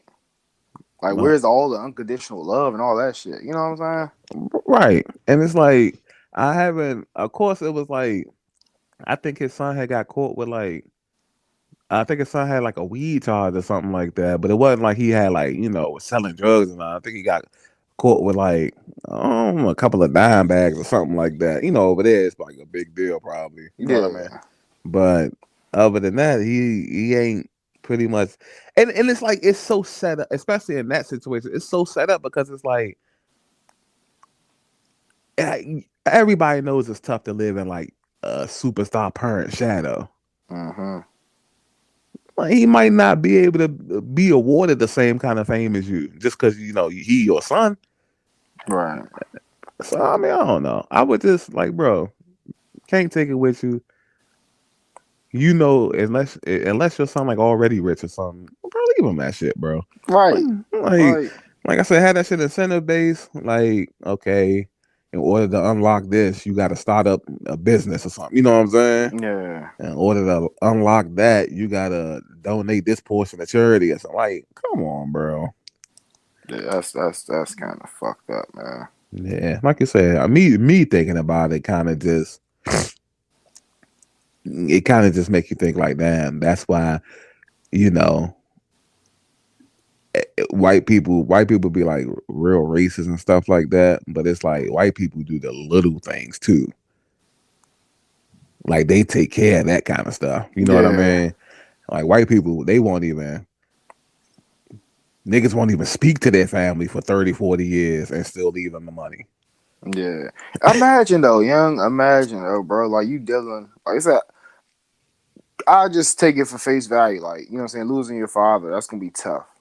Right. And then now the burden of like what the fuck I'm about to do and shit. You know what I'm saying? Right. Like at least you know what I'm saying. Since you can't take care of him in the physical, at least take care of him with the money. You know what I'm saying? After you gone and shit. Bro, that's 400 million. That's enough to like. That's the bloodline. Yeah. Like, like Earth will have to get hit by a comet, and the government will have like everybody will have to die for your family not to be good anymore. Yeah. You know what I'm saying? Like, why, Hmm. why, why wouldn't you want that? Like, why wouldn't you want that? I don't know. Like I said, it's that. Like I know how you said like black people and like people do the same thing, but like their culture is like really, really, really fucked up over there with that shit. As far as like, I ain't gonna say fucked up. It's different. Mm-hmm. You know what I'm saying? Like parents like super, super, super, super, super hard on their kids and shit. You know what I'm saying? Like their way of living over there is different. Like they can only have X amount of kids and shit. You know what I'm saying? So Right. that shit is like different over there. And I'm like, you know what I'm saying? That's why like they're so good at studies and shit like that. They're good at academics and shit, I would say. You know what I'm saying? And Ain't that's got why they no got the choice. stereotype. Yeah, like them motherfuckers, like we used to get beat like John, if he had one apple, and then he Right. got that shit is like that times 10, you know what I'm saying? So Right. that shit is like wild over there. From like when you just reading and hearing shit, you know what I'm saying, over the years and shit. Right. Yeah. So it's like it's really just it's crazy though. That's so fucked up, bro. That shit pisses me. I'm angry, man. Yeah, that's crazy, bro. Like you ain't even like you said, it ain't even gotta be 400, bro. You could leave a nigga 1 million, Yeah. 100,000, 200, half a million. Something, bro. Like you not even gonna leave him a penny. Like that would it's not all about the money, but it's like it's the gesture that is what's getting me. You know what I'm saying? Yeah. Like that would change my whole outlook on life probably. Like I don't know. That shit crazy. But yeah, when we get off air, I could tell you some specific stories like with people close to us, family, as far as like leaving the money to the dog and all that type of stuff. You know what I'm saying? Yeah, Yeah, because that's like that's ridiculous right there. Like that's like insulting right there. You know what I'm saying? yeah, But at least him telling them straight up, like you ain't gonna get none of this. At least they all being honest. You know what I'm saying? hmm, Like leaving stuff to the pet. That's kind of like a slap in the face a little bit. I feel like, yeah, but yeah, enough of that, man. So we gonna move on. I did want to touch on this President Biden statement that was made yesterday. Um, he had an interview, but of course I didn't see that, so I just caught the tidbits of what he posted on Twitter. You know, he tweeted some highlights from the interview. That's what I like about Biden, man. If you don't watch the interviews, he likes to tweet us the highlights from the interview. So basically, you ain't got to watch the junk. You know what I'm saying? hmm, So, of course, he was talking a bunch of political jargon, which had nothing to do with me, so I really didn't care. And then I noticed that he made a tweet about cancer, and I'm a huge breast cancer awareness advocate, so I just wanted to see what it was about or whatever. So they're working on a program. It's called the Cancer Moonshot, and basically they're going to be putting money into this a bunch of to get their hands on a bunch of resources and I think a way better pharmaceutical doctors, labs and stuff like that to start the process of changing the outcome of cancer. And he says it's a 20-year project, which, if done correctly, which they said they have more than enough means to do so, could cut the cancer death rate by at least he did say at least, so it could be way more than this, it could be a little bit more than this, but by at least 50%. You know what I mean? hmm, Um, the overall goal is to turn cancer into more of a chronic disease than a death sentence. He says, a la HIV and AIDS. You know what I mean? okay, Like, when AIDS and that stuff first came out, it pretty much was a death sentence, but now you can pretty much live with that kind of stuff. You know what I mean? yeah, Um, and the better pharmaceutical doctors, which I'm assuming he means like in the labs as well as the hospitals, will be to create a more supportive experience for patients and families. So I'm guessing the type of treatment will probably be a little bit easier on a person because I've never had it, but good lord, chemotherapy does not sound good. yeah. It's not, man. Um, so yeah, that's what he tweeted, and I was taken aback, and I was like, yo, now I knew a lot of people, we like to be conspiracy theorists, and oh yeah, they got the cure for cancer, and I'm one of those people because I do believe they have the cure for cancer and whatnot. But it's a different thing for them to eke out information like this. You know what I mean? Yeah, And I didn't think I would live to see like this happen. right. I'm thinking like maybe 100 years from now. I don't know why I'd be thinking like everything is just like 100 years from now. You know what I mean? Yeah, because But these are big obstacles to overcome. Like you know it's gonna take some time. right, and he did say it's You think? a 20-year project. You know what I mean? Hmm. So I'm on board with this, man. Now, I know people don't like to trust the government, believe in the government. I have my doubts about them too. But I feel like this kind of stuff, people just need to be on board, yo. Because either I know everybody's, suffered multiple losses in the family due to cancer. Hmm. Everybody, you know what I mean? So, how do you feel about that? Yeah, like you said, I'm on board with it too, man. Just I just be wishing, like I think I said it before. I just wish they would always work on shit like this more often, and so we can expedite shit like this. Hmm. Versus like you'll hear like scientists working on some random shit. You know what I'm Yeah, niggas trying to get to Jupiter and all that. saying? Yeah, you know what I'm saying? Like, yeah, let's put all hands on deck, like how we talk about like video game developers and shit. You know what I'm saying? Hmm. Like they be spread out so thin they can't meet certain deadlines. They spread out so thin. Yeah, let's put all our resources into like some groundbreaking shit to help humanity for this versus the bullshit. Hmm. Yeah, definitely. Definitely hope I can live long enough to see like the outcome of this project. You know what I mean? Yeah, Um, I've lost quite a few. Cancer runs pretty prevalent in my family. You know what I mean? yeah, So I've lost quite a few family members. Pretty much all my grandparents. My aunt, she had a brain cancer. She passed away from that. So it's and ironically, like my grandparents, the mothers to be exact, they died from breast cancer, and that's what pretty much made me like. I ain't gonna say that's what made me an advocate for breast cancer awareness, but that's probably subconsciously where it came from. You know what I mean? yeah. Shit like that hit home. Yeah. Yeah, and then like as I got older, I kind of just like was drawn to that one. You know what I mean? Mm-hmm. But yeah, definitely look forward to seeing like the progresses over this and humanity in general. It's going in the right direction. You know what I mean? Yeah, yeah. So just wanted to touch on that tidbit right quick. That was something pretty cool. Um,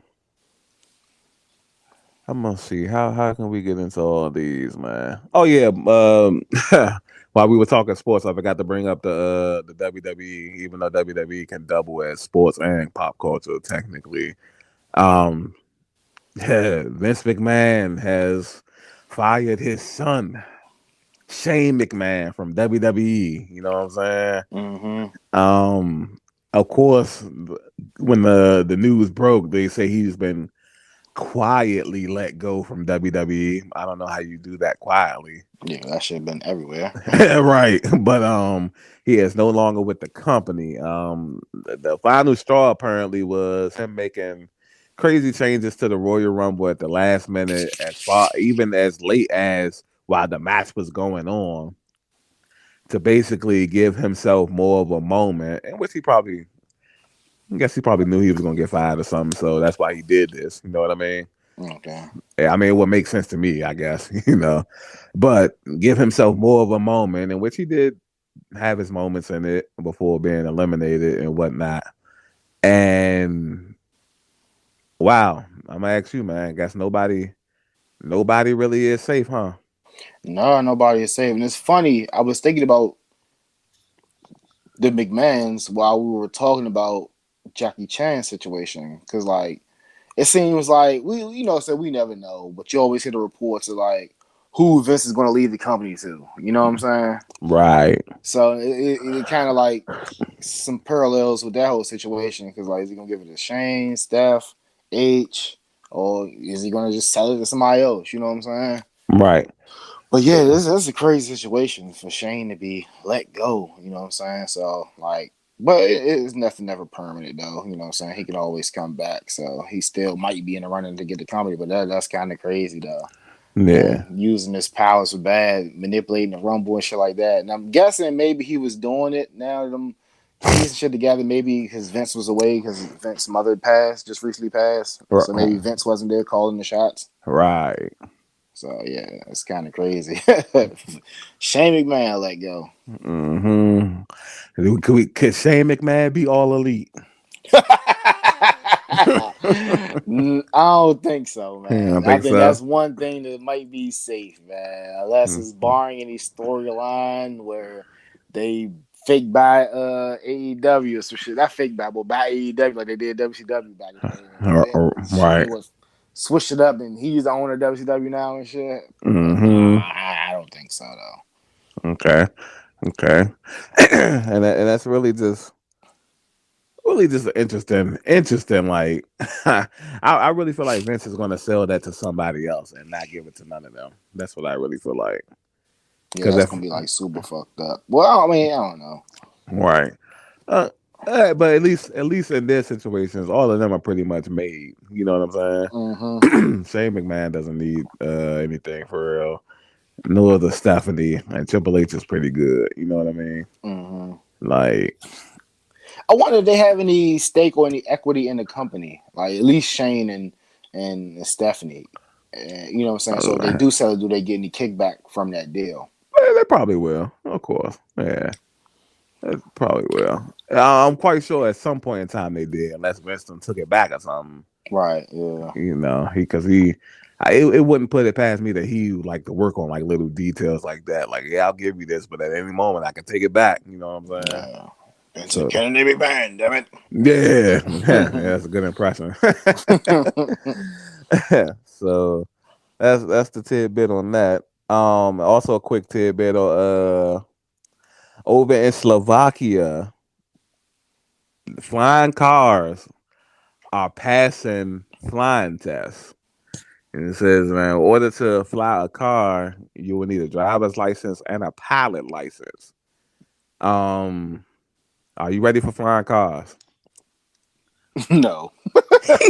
Oh man, fuck. I'm scared enough to even drive regular cars. You know, so I was like, I don't really like drive regular cars.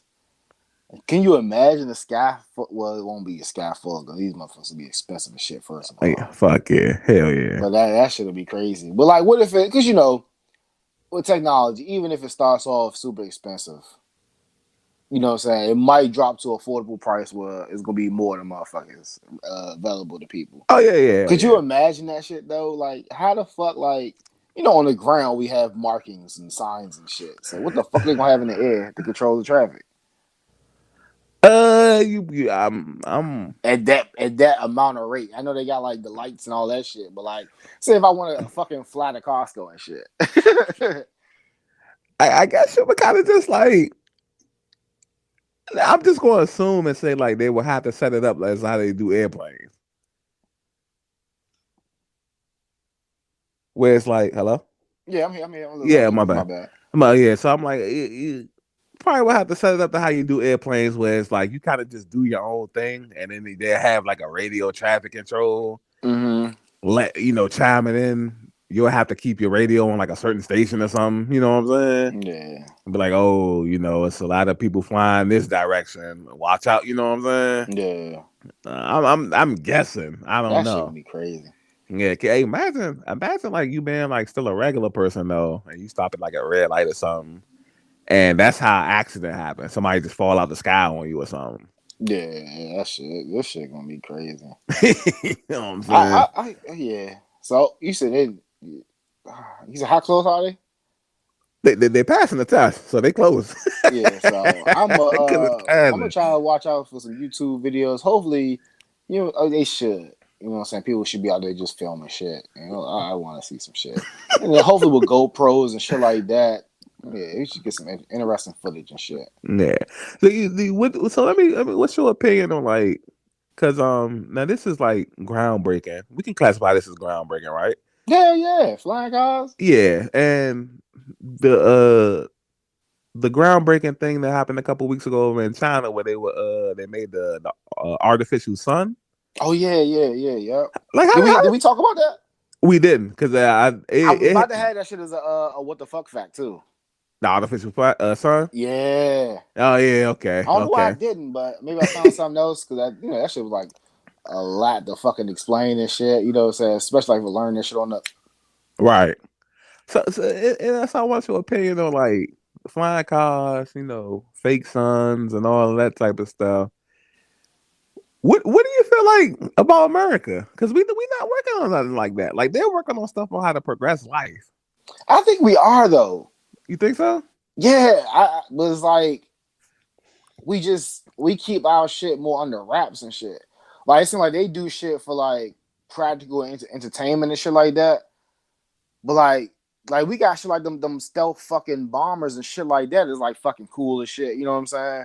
I think we are doing some shit like that. I just need to keep this shit in the raps. Like that's what I I think. That shit is like. That's the shit that's just in Area 51 and all that crazy shit. You know what I'm oh, saying? okay, okay. I mean, cause I gotta see, cause I get, that shit is cool, but I'm like, that shit ain't like, that ain't gonna be nothing like, we not gonna never get our hands on those stealth bombers, Yeah.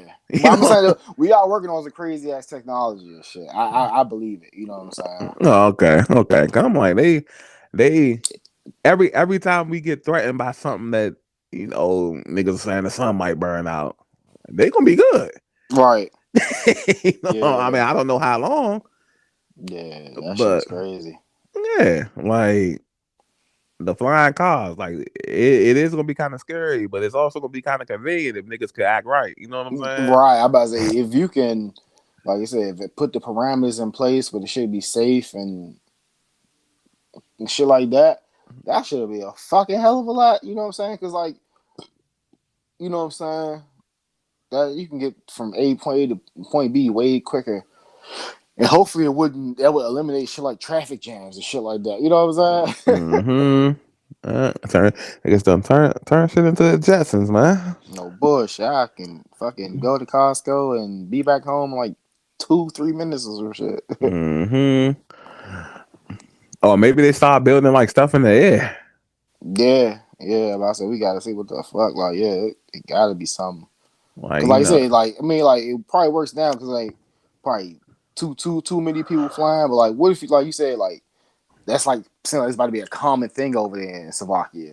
mm-hmm. Like your average, I ain't say your average Joe, but like people gonna have like a ton of them. So like, you know what I'm saying? It'd be more than like people flying planes. You know what I'm saying? All right. So that shit, you know what I'm saying? Especially like niggas using that shit to go to point A to point B, like how we saying Costco and all that shit. So they Mm-hmm. got to do something. Yeah, make instead of the stores, instead of Target being one floor, make it 20 or something, yeah. And that way, Yeah. the top 10 floors be for them, and the bottom 10 floors be for people driving or something. You know what I'm saying? Yeah. Pop on the helipad up top. Facts, too sweet. But Oh next yeah, I t- just want to say fuck Slovakia too, man. oh, I said that. Motherfuckers, looked at my email not too long ago. It's like 2 attempts to try to take my fucking Yahoo job and shit. Oh, came from over there. Yeah, I just had to get that out. My bad. Yeah. It was funny. Like I was thinking, as soon as you had said that shit, like when you had mentioned this shit off air, shit, I'm like, bitch ass motherfuckers. Them niggas over there trying That's to how they go. build cars and take email accounts. Fucking bitch. Mm-hmm. Yeah, probably hacking in to see what kind of ideas you done sent people and shit. But next tidbit is Kodak Black, who went on record twice in the last week and a half, two different scenarios, saying that he still goes out and steals just to see if he still got it. Um, Now we've all had our bad habits in life. Have you ever rekindled the bad habit just to see if you can still do Nah, I don't think free Kendall. I don't think so. it? You? Yes. Okay, what have it? Same thing, stealing. Okay. I mean, it's just when he said it, especially the gas station zone. I laugh because I'm like, yeah, I've done that.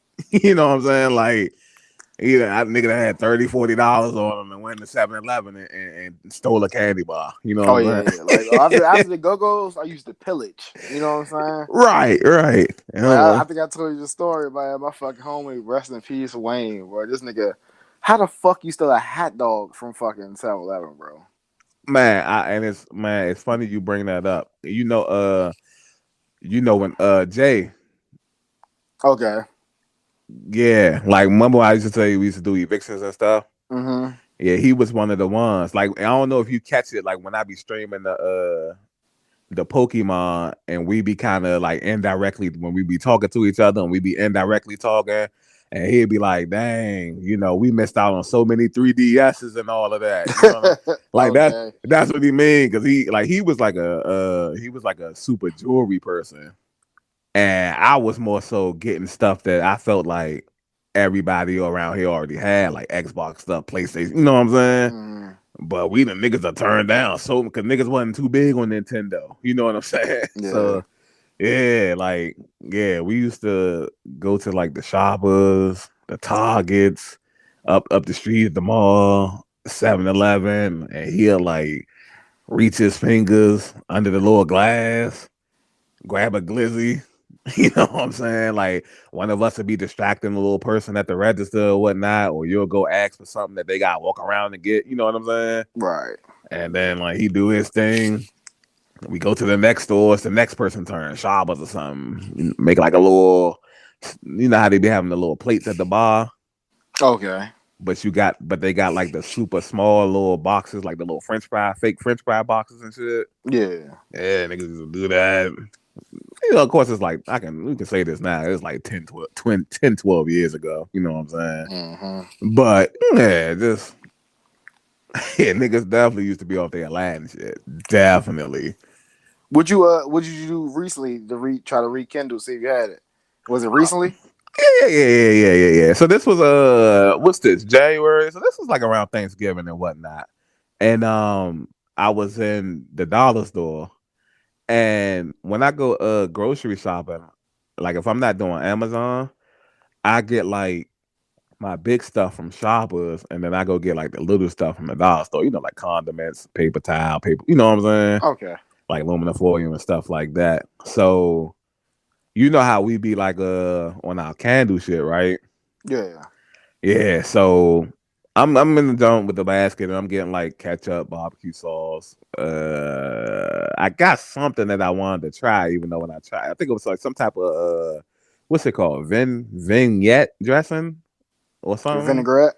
Yeah, that. Yeah. So I was trying, I got one of them trash bags, and then I was like, damn, I'll go over and step over to the little candle section and shit. And then I was like, man, I remember like back then, I used to steal stuff way bigger than this. You gotta could just put this down in your pocket. Niggas wasn't even noticing this shit. Mm-hmm. So then once I had the little flashbacks, I just did it and shit. You know what I'm Okay. saying? Yeah. So it ain't something I'm gonna just keep doing, but Right. Right. you know, just to live those little moments. That's why when me and Jay be like talking back and forth, that should be funny. Like, man, we living those little moments. But I'm also not a millionaire either, or whatever Kodak is. You feel it's different Right. for him? Nah, I think it's the same. It's like the money don't Yeah. change people. You know what I'm saying? So it just intensifies who they are and shit. And that kind of goes back and forth to the old story, the other story we had. Just I don't know. Maybe he's just a person that just goes on spontaneity and shit. So you know what I'm saying? He had the whole crazy scene on the spot at the NHL game, but then you know what I'm saying? Now he wants to test this luck and see if he still got it with the shoplifting and shit like that. But Hmm. nah, I don't think it changed. You know. And because he's a super gremlin. Yeah. You know what I'm saying? Anybody that what he say in the song? He knew that the perk was fake, but he took it anyway because he a gremlin. Oh, okay. Anybody that say something like that, man, yeah, watch out. hmm Yeah, so that's a tidbit on Kodak. Um, I'm gonna let you get into the NLE Chopper baby mama drama. What was going on with that? So yeah, it was hearing a story that his baby mother was trying to get him like locked up because allegedly he had shot up the house, and so Damn. her house, and turns out that it was false. And I'm just reading the story, and he's going through the same um baby mother trouble that like pretty much every black male father is dealing with. You know what I'm saying? Not being able to see the kid. Like, so the kid's like what 3 years old, and only seeing him like seeing her like 2 to 3 times. Okay. Holding his jewelry and shit like that as ransom and shit. And now she's willing to barter, make a trade because he has her passport and shit like that. It's like, damn, that shit just sucks. That like you got to go through that shit. Like how we always say, is a male, especially a black male, wants to be a part of the kid's life. And got to jump through these hurdles and obstacles. And it's probably because he don't want to be with her no more. Shit, you know what I'm saying? Right. So Uh, yeah, how do you feel about that? man, it's just way too normal, man. Um, and it, it's it's hard to even like keep speaking on it. You know what I'm saying? Because Yeah. it happens so much, like, and it ain't really nothing you could tell. Because at first, of course, we could sit back and be like, "Oh, you just got picked by the girls or judged by the girls," but it's like everybody's such good actors nowadays. You know what I mean? Hmm. And you just never know that you're dealing with that kind of person until it's too late. So Yeah. I mean, so shout out to him. Like, I don't know how his money looking, but I think he's pretty good, well off. If you want to take it to court, even though I understand why people don't take it to court, like you shouldn't have to do that for your own kid. Yeah, he's trying to. Like, that's one thing he mentioned too. Like, he had a whole bunch of rants and shit on Twitter, and that's one thing he was saying. Like, he's like mad as hell that the court casings keep getting pushed back due to COVID and shit. Right, right, and that it is. I feel for him because I hope he got like good lawyers and stuff like that because the system's set up against niggas anyway. Right. You know what I mean? So even if he get up in there, it ain't no guarantee like it's gonna side in his favor. Correct. You'll go to court for one thing and then end up you know what I'm saying having to pay triple the support. You know what I'm saying? Maybe could get a joint custody or something. Yeah. But the laws are set up. These females they give females way too much power, and like you said earlier in the pod, man, power just corrupts absolutely. Yeah. Yeah. And that's what, especially in like our community, that's what. Well, not just our community. It's all communities. Like once a person for the most part feel like they don't need you anymore. I'm getting the money from the government. I'm good. You know what I'm saying? We don't need you. We family without you. You know what I mean? Hmm. And it's a lot. Shout out to him, man, because I know that's weighing a lot on his mind, and to have to deal with that and to still go put out like albums, music. I think he got like the number one video on YouTube right now with the what is it, Shot of Six or something. Okay. I think I gotta look into that shit. I was like watching somebody watching on Twitch, but I had it muted.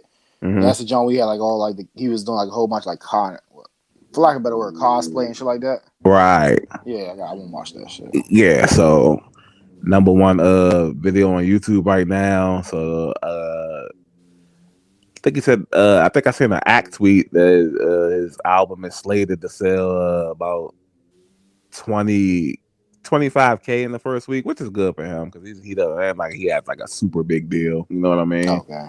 Ain't like he's super promoted or something like that.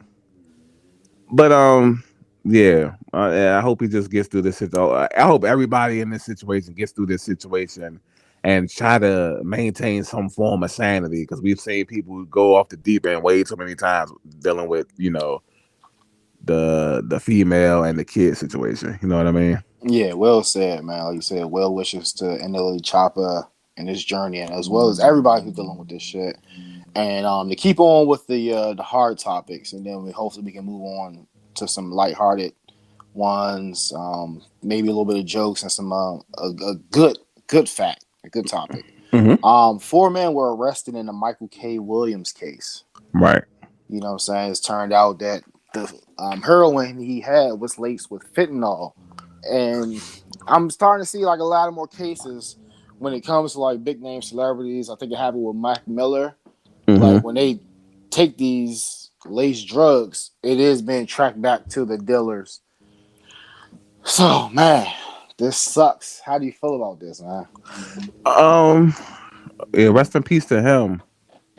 Yeah, this fentanyl thing has become a super crazy like epidemic as of late. You know what I mean? Yeah. Um, it's kind of I guess it's kind of always been out there, but it's more so like happening to more celebrities and stuff now. And I'm not even gonna swear to you. I'm just now learning like what the fentanyl stuff was or whatever. This was like sometime last year when I learned what it actually was. Mm-hmm. Now I know Mac Miller overdose. I didn't know it was from like that or anything. So I did a TikTok with this female, I think around like last summer, and we were like recreating like this song from a female artist or whatever, right?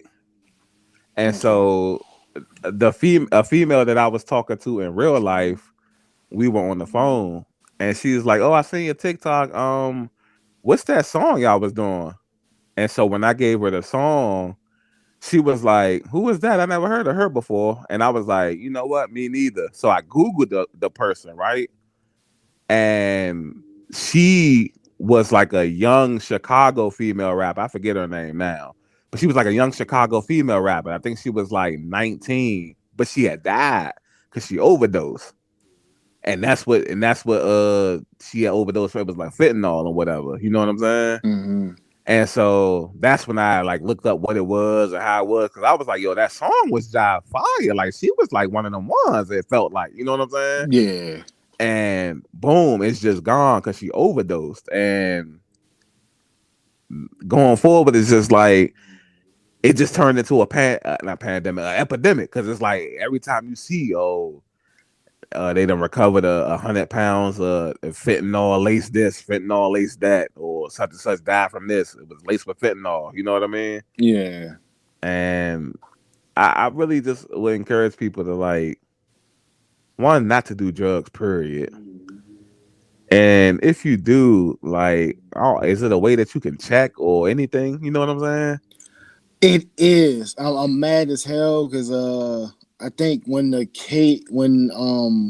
his death was first announced and the details are coming out. I listen to the Joe Budden podcast. Shout out to the Joe Budden podcast. He's a big Mm-hmm. advocate of like the drug stuff and stuff. And he was like, he had, I think him or Parks or somebody, they had like a website or a phone number you can call, Mm-hmm. and I think you can get like some type of test or something. It was something like that, you know what I'm saying? But it's definitely ways you can check to see if it's laced with fentanyl or whatnot. And like you said, like you took the words right out of my mouth. Like if you don't do drugs, but if you have to, definitely be careful of who you buy your stuff from and whatnot, man. Be Mm-hmm. careful. Yeah, definitely something serious out here with the fentanyl. Because that's like a man-made drug, right? Not the got super go into it, right? That's Yeah, like, I believe so. Yeah, yeah, like yeah. some crazy shit. Yeah, man. Um, so piggybacking on with these topics, New York drill rapper T. Dot Wu was fatally shot yesterday in his own neighborhood, hours after signing his first record deal with $1 Million Music, the label or whatever. He was associated with Pop Smoke, the late Pop Smoke, and also Fabio Foreign. Um, it was I guess they were posted up in his neighborhood, and it was a drive by that happened. He was struck one time in the leg and one time in the head.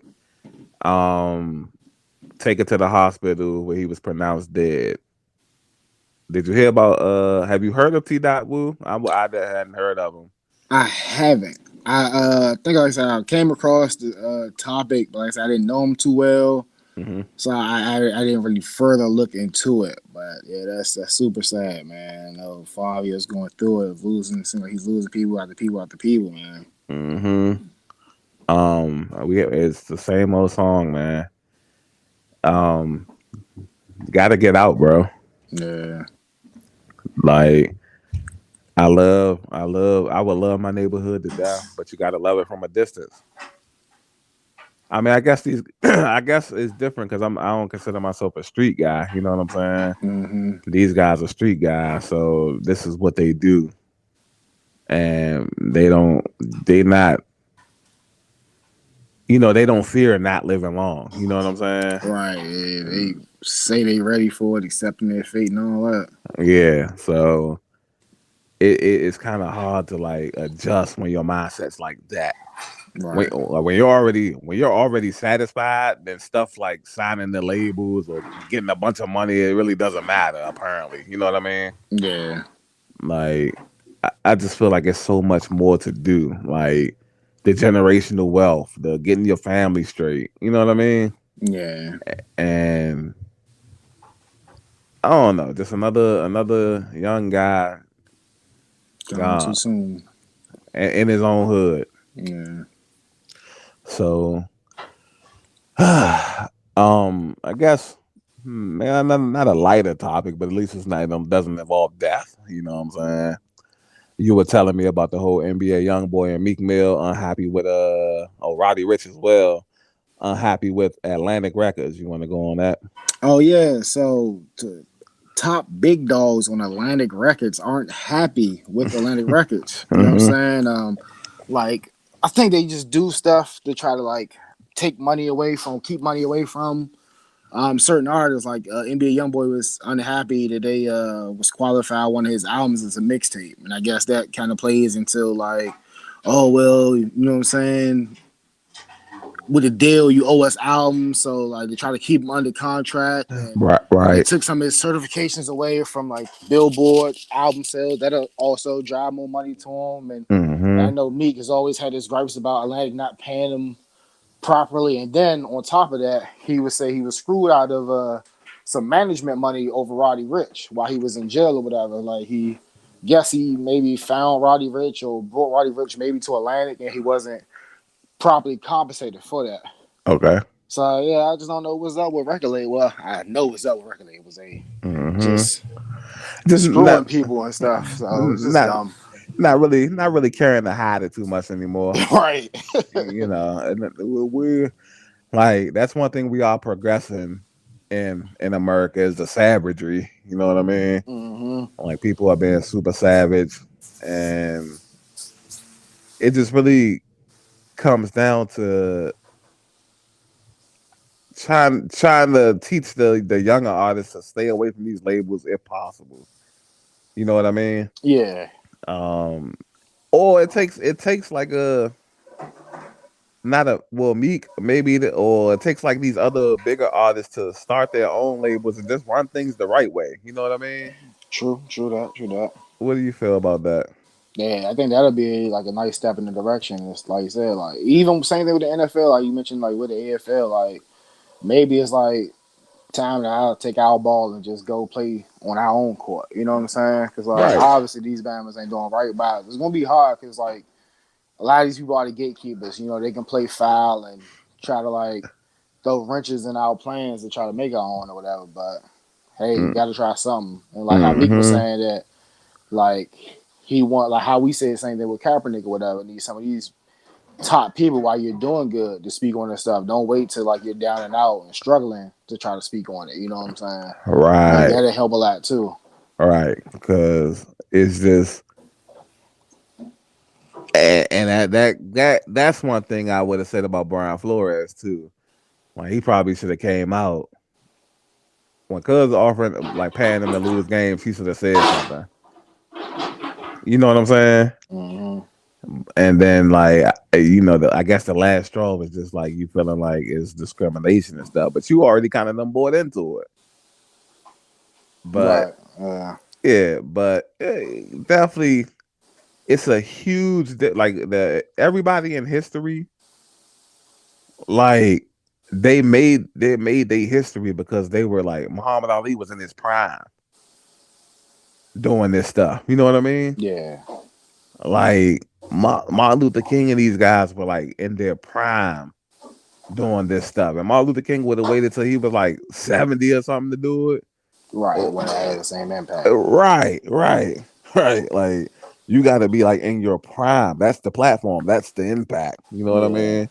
So it's he's correct on that, and hopefully people follow suit.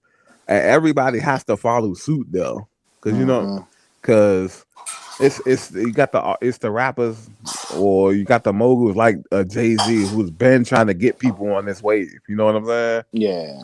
But every time he says something, it's just like, oh, he's just the OG talking. You know what I mean? Yeah. So really got to get people like going and all of that. So hopefully and then the NBA young boy because he's like outselling almost everybody pretty much. You know what I'm saying? Right. Right. So I don't know why they trying to blackball them, but like I said, I don't know. It's just they want to keep you at a certain certain level. They don't want you to exceed nothing. They don't want to let you get too much power. Maybe that's what it is. Hmm. and especially a knucklehead like him, cause ain't no telling what he gonna be doing. I want to give myself a pat in the back, man. I discussed Meek and I ain't have to clown him, man. Yeah, for the first time, like it ain't something corny. Yeah, Yeah, that's what's up right there. All right, so let's transition into something that a lot of people feel is corny. Summer Walker's new haircut, man. yeah, Uh, Anybody that didn't seen it, she has donned a new hairstyle. It is very Goro from Mortal Kombat esque. It's pretty much a low cut all over, and then a long ponytail hanging from the back. This is your girl. How do you feel about her? uh, it's not a good look. Number one, like crazy. She's like a, in my opinion, a super beautiful girl. You know what I'm saying? Right. I don't know. Like that's like one of the types I like, the whole hood rat type looking type Jones, whatever. Like Mm-hmm. rough around the edges. Uh huh. And even if you wanted to go with that hairstyle, like you got so much money, why couldn't you get that done better? Like you just looked at like off, like no hairline, uneven, like her Mm-hmm. scalp was kind of dry or something. I don't know. It just wasn't a really a good look overall. And then to not do it right, to not do it justice, it's not going to make it look. It's not even giving it a chance. You know what I'm saying? Right. Yeah. I like Summer Walker a little bit, but yeah, I'm not feeling this hairstyle. Now, like you said, if done correctly, I'm on board with something new. She's the definition of like trying something new. And sometimes you do get tired of seeing the same old all the time. You know what I mean? Yeah, I be wanting to experiment with my hair. I wish I could have a different hairstyle or something like that. But you don't know. I'm just limited, I guess. But like Go she, ahead. yeah, I ain't mad at her. She like I said, I just wish she did it right. You know what I'm saying? Like you got all that money, you can't get like no proper barber or you know what I'm saying, somebody to cut it up. Mm, It looked like she just went in that joint and did it herself. You know what I'm saying? Just like looking in right. the mirror, just like your first attempt at cutting your own hair. You know what I'm saying? Hmm. Yeah. So that definitely maybe that was just the first stages of something else. You know what I mean? Yeah. So take us. I know you want to give a quick little tidbit on the Janet Jackson documentary that dropped. Oh yeah, man. It's crazy. I didn't even know what was going on. I didn't really hear too much about it, but I'm keep hearing people on you know how like that stuff is like it's like a social event on social media.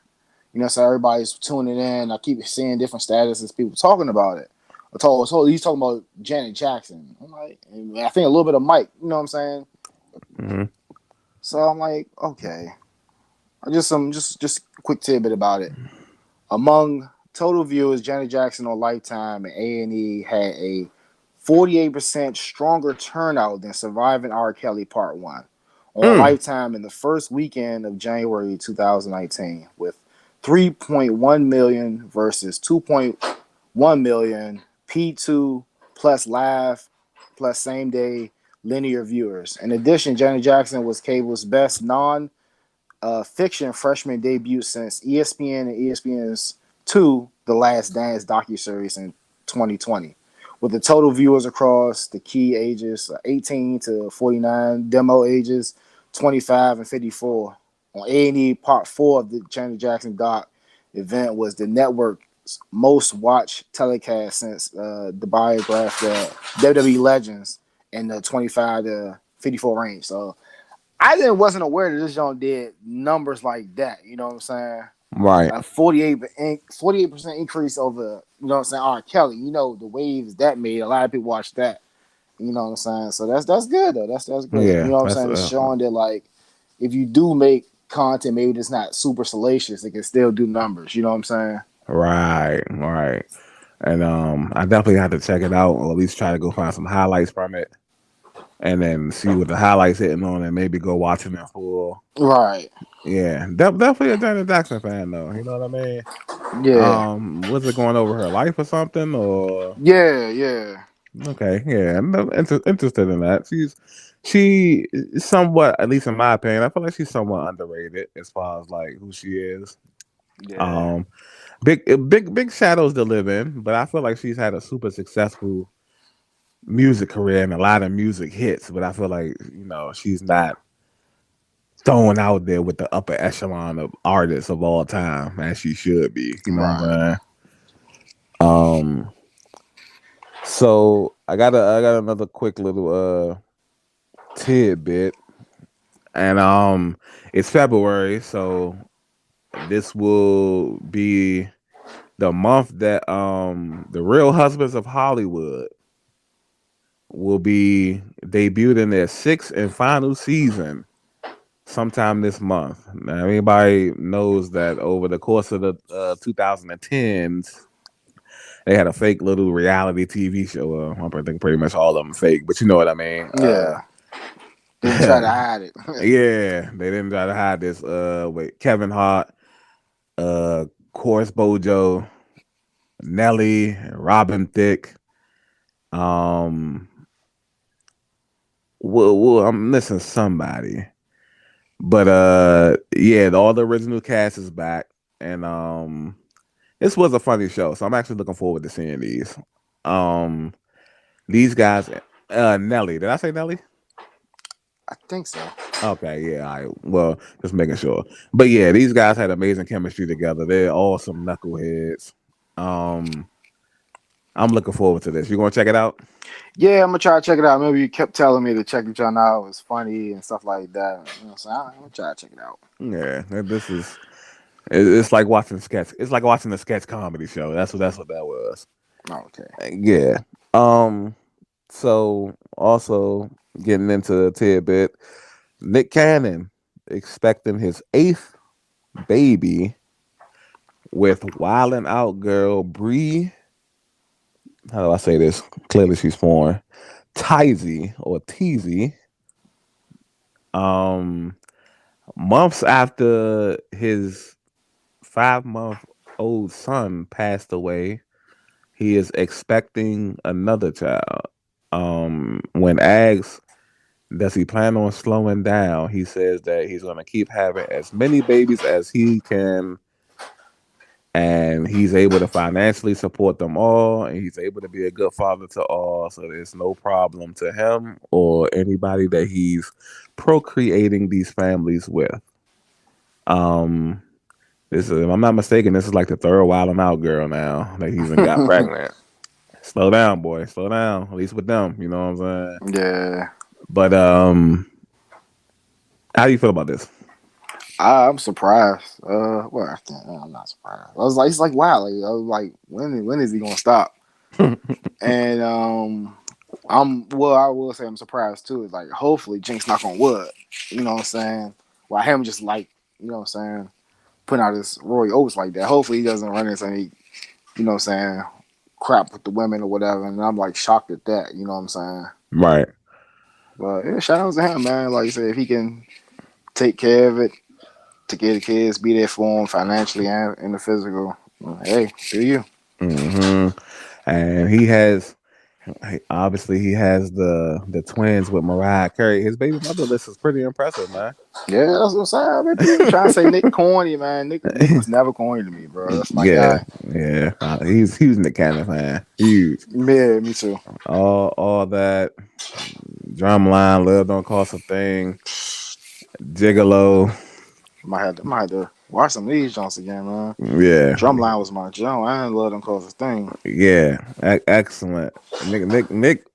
Nick has Loke and another, I feel like, underappreciated person, man. With Yeah. the whole Wild 'N Out ordeal, he's low key had himself a hell of a run. Uh-huh. Um, so speaking of people that have had themselves a hell of a run, I have to bring up Nicki Minaj. It was made headlines two separate occasions this week. One occasion she was asked about potentially doing a song with the City Girls, and responded to that by saying that she wouldn't do a song with the City Girls because the City Girls don't like her. They made it abundantly clear, so she wouldn't do songs with people that she don't like. Obviously the City Girls got wind of this, and a mega phone call was set up, and After a lengthy phone call by Nicki Minaj's statement, she says that they've settled their differences, they're going to move past it, and magic will be on the way. Are you ready for a Nicki Minaj featuring City Girls or City Girls featuring Nicki Minaj? And part two to the question is, don't you wish you was on that three-way call with three of those females? I don't know if I wish I was on the call. I wish I'd be on set when they make the video. Uh, but yeah, I'm here for it. I'm ready for it, man. Like this needs to happen more often. I think the women needs to get past that dumb stuff, the dumb barriers that keeps them from working together. hmm And I'm here for it. I know it's gonna be a banger, and it's shaping up for Nicki to have like a nice return back to music. You know what I'm saying? With key artists like Lil Baby, hmm They had now the us. City Girls. Yeah. First, you know she gonna have her Wayne and Drake features or whatever if that's what she choose. Right. So she's gearing up for an album this year. It might be one of them ones. Yeah. This is the way to do it. Yeah, I'm looking forward to a Nicki and City Girls type of ordeal. Um, I would have loved to been on that phone call. I I like was going to ask you about that. Like, what? I just like I would like want to talk to Nikki, and I'm low key slightly a young Miami fan. You know what I'm saying? Like a lot of people think her voice is ratchet, but I low key like her voice and shit. Like I that's like that stuff. Like to a certain extent, you know what I'm saying. I like the ratchetness. yeah. So that I would have wanted to be there. I mean, JT's cool too. But yeah, I would have been super flirtatious on the phone if it was me. But so she also made headlines because she is a part-time activist, not officially, but she likes to look out and give, good advice to the females, the barbs as she calls them. So she popped up in a Kevin Samuels live, you know what I mean? Oh, okay. And Kevin Samuels basically was talking about the normal things that he talks about. He's like basically a counselor for couples, females and males. Nicki Minaj popped in and she was giving her advice, and then a little tidbit, came down to I think every time Kevin Samuels has a guest on, he makes them rate themselves. And so when asking what Nicki Minaj would rate herself, she came out and said a seven. He quickly refuted the seven and gave her a nine, citing that facial structure, um, obviously body development and whatnot kept her away from nine. He says the only thing keeping away from a 10 was a slight, well, I forgot what word he used, but a slight something in her personality. But she was pretty much, smitten as a kitten at that point. You know what I'm saying? So That's interesting. yeah, so she was blushing, taken aback, thanking him, and how do you feel about this Kevin Samuels and Nicki Minaj collab? It's funny because like he has to be a fan of hers, hmm and I well maybe I'm jumping the gun here, but Kevin Samuels is he doesn't bite his tongue, right? Right. So I got like maybe a two-parter for you. Remember back in the day, or like a little while ago, he kind of like came at what's the girl's name? The light skinned chick, Migos, Quavo ex girl, Oh, Sweetie, sweetie. and he kind of said she was a seven, Okay. and he's saying Nikki is a nine. Right. My question to you: do you think that's accurate? Who do you like prefer or like better? I would prefer Nicki, but I don't think Sweetie is a seven either, though. Like, I don't know. It's all philosophy based because it's like to me, Nikki is like a 9, but is she like really or it's not? Is it really a real 9? Like when you judge the body, it's like we know she had that worked on. Right. You know what I'm saying? So And it's that's like, that's the parameters he put in place for Sweetie and stuff like that. Like you take away all the makeup, it is that and the third. You know what I'm saying? 7. all right, and I feel like she would be like a 9 too, if not a 10. You know what I'm Yeah, I like saying? both too, but I think I like if you take away if you just take away like the notoriety and the star power and stuff like that, I think I would like Sweetie more. Okay, yeah. So I think if I was like to see both of them walking down the street, I probably would like Nikki a little more. But just because she thick though, like Hmm. she's like healthy. You know what I'm saying? Okay. And especially because she like healthy and small. I think when he was like, because before he make you judge yourself, he was trying to get like the basis of her and shit. He asking like what dress size you wear, how tall are Yeah. you? So she Weight and shit all like that, like, maybe. yeah. So she all Yeah. like, well, I'm 5'3". You know what I'm saying? Like I didn't know that that's he was that short. 5'3". yeah. That's crazy. Like she's not like a midget. She's not like but yeah, like unless she was just swelling, you know what I'm saying? Yeah. Like could have been on joke time and shit. But yeah, he probably is a fan because he didn't have nothing bad to say about it. Like I said, he did like kind of slight her personality a little bit, but it wasn't nothing to cause bad blood or nothing. Because by the time he even said it, she was already geeking off the fact that he was slicing her up and shit. You know what I'm saying? Yeah. So yeah, that really knocks out everything I had. Did you have anything? No, I just had like a small tidbit. I think they was calling for uh Nikki to have one more conversation with another famous person. I don't think she built that relationship with yet. And Nas X. Oh, okay. I thought you were about to say Yeah. I thought you were about to say Cardi B and shit. I'm about to say yeah, Uh we don't need all that right now. You yeah, know, yeah. man. Nah, they was people was reaching out and not reaching out or saying that maybe they should have their conversation and hopefully, you know what I'm saying, get to a relationship where they can make music and shit. I don't know if I want to hear a Nas X and Nicki song. It might crank, but I don't know if I want to hear it though. Yeah, I'll pass. I'll pass. And Look, oh, go ahead. no, I was about to say Lil Nas X. He got some alright songs, man. But people just need to learn like if you just keep stuff professional, you won't even be in these situations. Yeah, You know what I'm saying? Like especially in that kind of profession. But I don't know. It is what it is. But go ahead. yeah. I know. I was about to say just and like wrapping up before we get to our facts. Hmm. I don't know if I was gonna talk to you. And see if you want to make it a segment. It seems like we adding segments. I don't know if we want to overdo it with the segments. But, you know what I'm saying, in the wake of Black History Month, I wanted to give a shout out to Amari Wimbush. Okay. You know what I'm saying? Played at Dr. Henry A. Wise High School, Upper Marlboro. Hmm. You know what I'm saying? He's a dual athlete. He's a 6'7", 180-pound wide receiver slash small forward. Mm. He signs to Bowie State with a full ride for football and basketball. So that is the first dual sport athlete recruit signee in school history.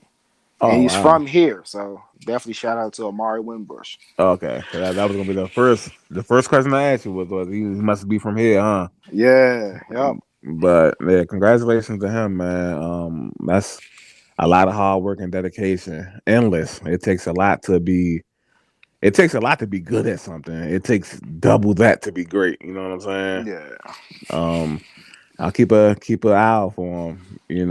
It's two sports, full ride scholarship. You earned it, get it, go to the next level, brother. Yeah, that's dope right there. And yeah, how do you want to do it? You want to do the facts or the songs first? Did you have a song? Nah, I didn't get a chance to do any. We could do the facts first, and then we could end with I the ain't on my song. song. Yeah, okay. Okay.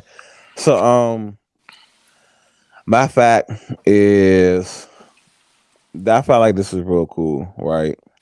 So this this happened in 1963.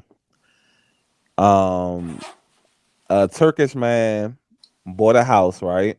Uh-huh. And when he bought the house, I think it was like a fixer upper. When you buy the house, for people that don't know, you buy the house and it's certain changes, certain things in the house that need to be fixed up, right? Uh-huh. So he put the money down to renovate the house or whatever. He was going to add rooms and just do like the bare necessities that make the house look more, beautiful and whatnot. Uh-huh. So one day during the renovation, they knocked down a wall in the basement, and inside the wall was a tunnel. So he followed this tunnel, and it led him to an ancient underground city, which once homed up to 20,000 people. Um, that is crazy, right? Yeah. Like you just renovating your home. Imagine you renovating your home and niggas knock a wall down and you find a tunnel. The tunnel alone is crazy, but leading you to an underground city though. Yeah, that's wild. That is my what the fuck fact today. Man, I couldn't even imagine. Like, man, did the price on that house just go up?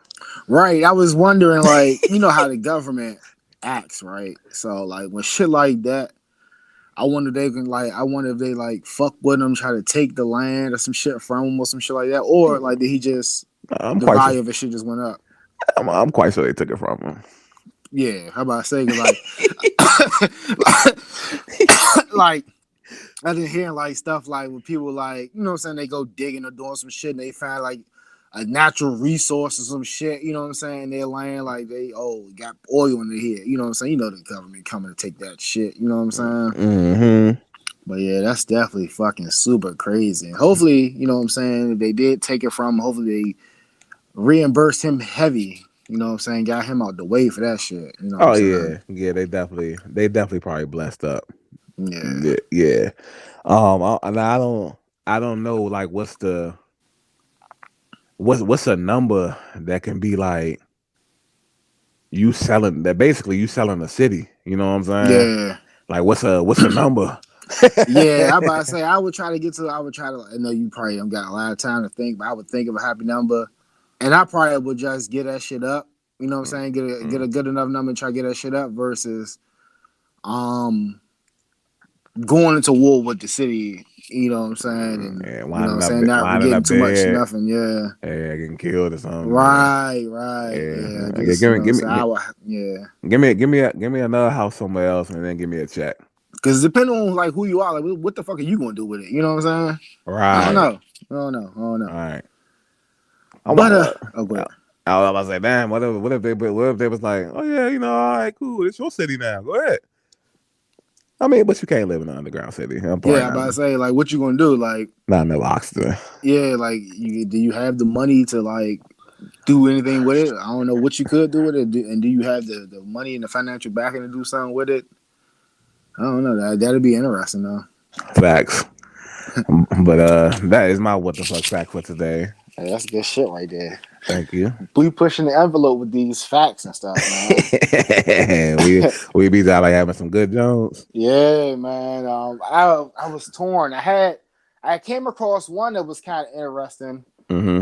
but then I came across another one like right before we started recording. I think I go with this one. Okay. All right, so in the UK, it's this person. I guess you can call him an artist as well. Mm-hmm. Lee Hadwin. You know, it's crazy the stuff you can do when you sleep, right? Like sleepwalking amazes me, right?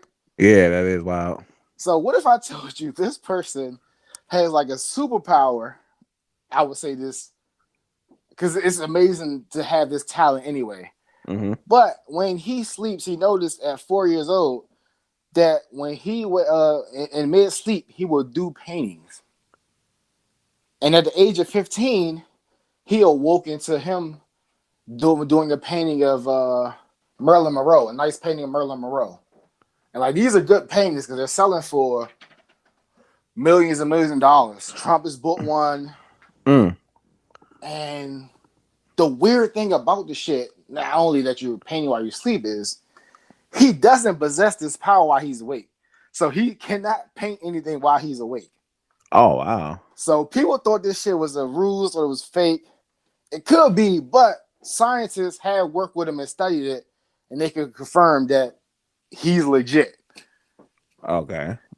So that's kind of crazy as fuck. That like that you can be a full blown millionaire artist while you sleep, but when you're awake, you don't possess this. You can't hone in on this talent to paint while you're awake.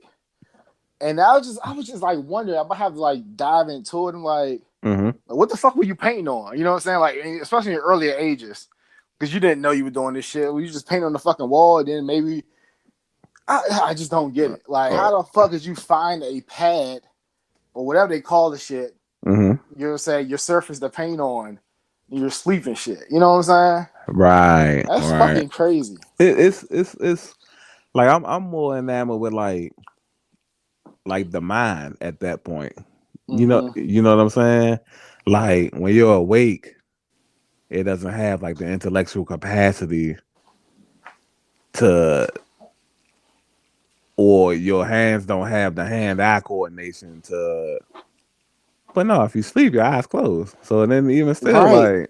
like that's your mind controlling it at that point. You know what I'm saying? Yeah. And it's like, what is it doing when you're asleep? Is it instead of relaxing, do it gear up into another gear or something? Yeah. It makes Yeah, you wonder. that's crazy. That definitely is a superpower. And see, he need like a show or something. You know. Yeah. I'm gonna have to look. Like I said, I might have to look more into this and see what the fuck is up and shit. You know what I'm saying? That's. Yeah. But that is my what the fuck fact for the day. Yeah, that was great right there. Yep. All right, and before we close out the podcast, we have a new segment we're going to introduce. We talked about it last week. Mm-hmm. My man Teddy came up with the name "Hand Me Down Hits." Came up These with are came up with the name in 5 seconds, y'all. As soon as he yeah, said it. freestyle king over here, man. I was actually amazed. Shit, like that shit is fire. Shit. Thank you. You know what I'm saying? So this is going to be a segment where hits are presented to a person and they turn it down by maybe that person, multiple people. Sometimes you'll hear these stories, Mm-hmm. and then they be going to be Billboard top 100 hits. Okay. Sorry, so my hit for today is Miley Cyrus. You can't stop, and we won't stop. This song was pivotal in Miley's career because you know what I'm Mm-hmm. saying. She was trying to get back. You know what I'm saying, especially over the Hannah Montana stuff, trying to Right. get back into making music, and it kind of propelled her career back on track. This song was I would love to hear her sing it. This song was originally intended for the person we've been talking about in the news lately. And we probably were supposed to talk about it today. We forgot. We forgot about it. Rihanna. Oh This wow. song was intended for Rihanna. Um. Yeah. Shouts out to Riri. She is pregnant. Oh, we talked about it the last don't. Yeah, we did. Yeah, Yeah. we was talking about Mike rehab Yeah. too. Because yeah, we Rehab. ain't talking about the Tom Brady shit either. So Right. we had a whole special on that. So that's good. Yeah, and, y'all get it. Just go look for it. Previous episodes, the two previous pods. Uh, Yep. yeah, definitely would have loved to have Rihanna sing that Yeah, song. she probably the rock. Molly killed it too. Don't get me Yeah, wrong, I right, love Molly. My Molly fan right, fires music, all the other shit I don't know about. yeah. Um, one thing we've learned about Rihanna is that one, she doesn't drop albums frequently, so there's probably endless songs that's getting passed along. You know what I'm saying? Mm-hmm. Um, But sheesh, yeah, I thought you were gonna say somebody else. I definitely would have loved to hear her say that. Like you But said. don't fret, because while she has maybe missed out on some hits, Mm-hmm. she has also acquired some hits that other people passed up. The song "Umbrella" was Mm-hmm. originally proposed to Britney Spears. Yeah. So I actually read about that like a long time ago, and that's a good thing that it did get to Rihanna. Facts. Because while I think Britney would have like did good, I don't think it would have been like What it was, what it right, ended up being. right. So smaller ones. Disturbia was intended for Chris Brown, Mm. and the last one we talked about her on when we first did the music topic. Leona Lewis was supposed to get the song with Calvin Harris. Um, we belong or something. We love or some shit like that. But that was a big hit for Rihanna with Calvin Harris. Okay. Yeah, I don't and like I said when you first was doing these the last podcast, like I don't know. I just think my mentality just would have been different. Like I'd have been hoarding everything people sent me. Mm-hmm. Like I'd have been off like my Tupac shit and how they said that they recorded 400 songs in 1 year. Mm-hmm. Like that would have just had to been me. Yeah. I mean, you probably would have too, but like you said, you ain't gonna be 100%. All right, yeah, that's true too. That's true, but it's like all it would have took was for me to maybe like, because I'm thinking when they pitch these hits to these artists, are they just sending like the song over? Are they sending the lyrics and the beat? Is it just the lyrics? Like, It could be a combination of all that shit. You know what I'm saying? Like maybe, like you said, we talked about like maybe not a good singer mm-hmm. sings it, and or like you say, maybe just get the lyrics and stuff like that at its rawest form Right, before it's tweaked up and buffed up to what we know now. It could be right, like a lot of that shit. yeah. Because they got to tweak it for said artists, you know. Right, like how it's like some of these songs are meant for the opposite sex and shit. Yeah, and you know, Hannah Montana. I mean Miley Cyrus. You gotta be calling Hannah Montana and shit. Like Miley Cyrus got different ad libs than a Rihanna. Right. Different vocal pitches than a Rihanna. You know what I'm saying? Mm-hmm. So you add in stuff, you could take out some stuff. So yeah, it will be interesting or whatever. I try my hardest not to get nothing up though. That's what Right. Yeah.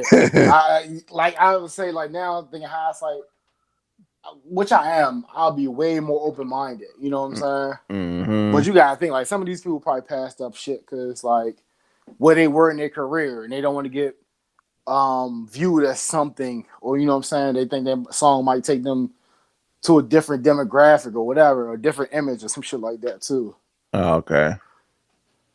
Yeah, I could Or think. like yeah, I like probably talk about Mike. Mike probably just got a plethora of shit just thrown at him and shit. so that he got 700 Jones on the table and all that. Yeah. Mike, Something gonna fall through the cracks. right? Mike, they just sent you another 150 songs. God damn it, Tito. Yeah, it's good stuff today. Good stuff today. Yeah, fucking love it, man. Love doing the podcast with you, my boy. Oh yeah, same to you, brother. We definitely been doing our thing, man. So we about to end this because I got to get ready to stream. Oh, you Oh, about to stream me? I gotta run to the bank and then I'll be ready to watch said stream. okay, no no problemo. But there's been another Head for the Hills podcast, and we out. Bye.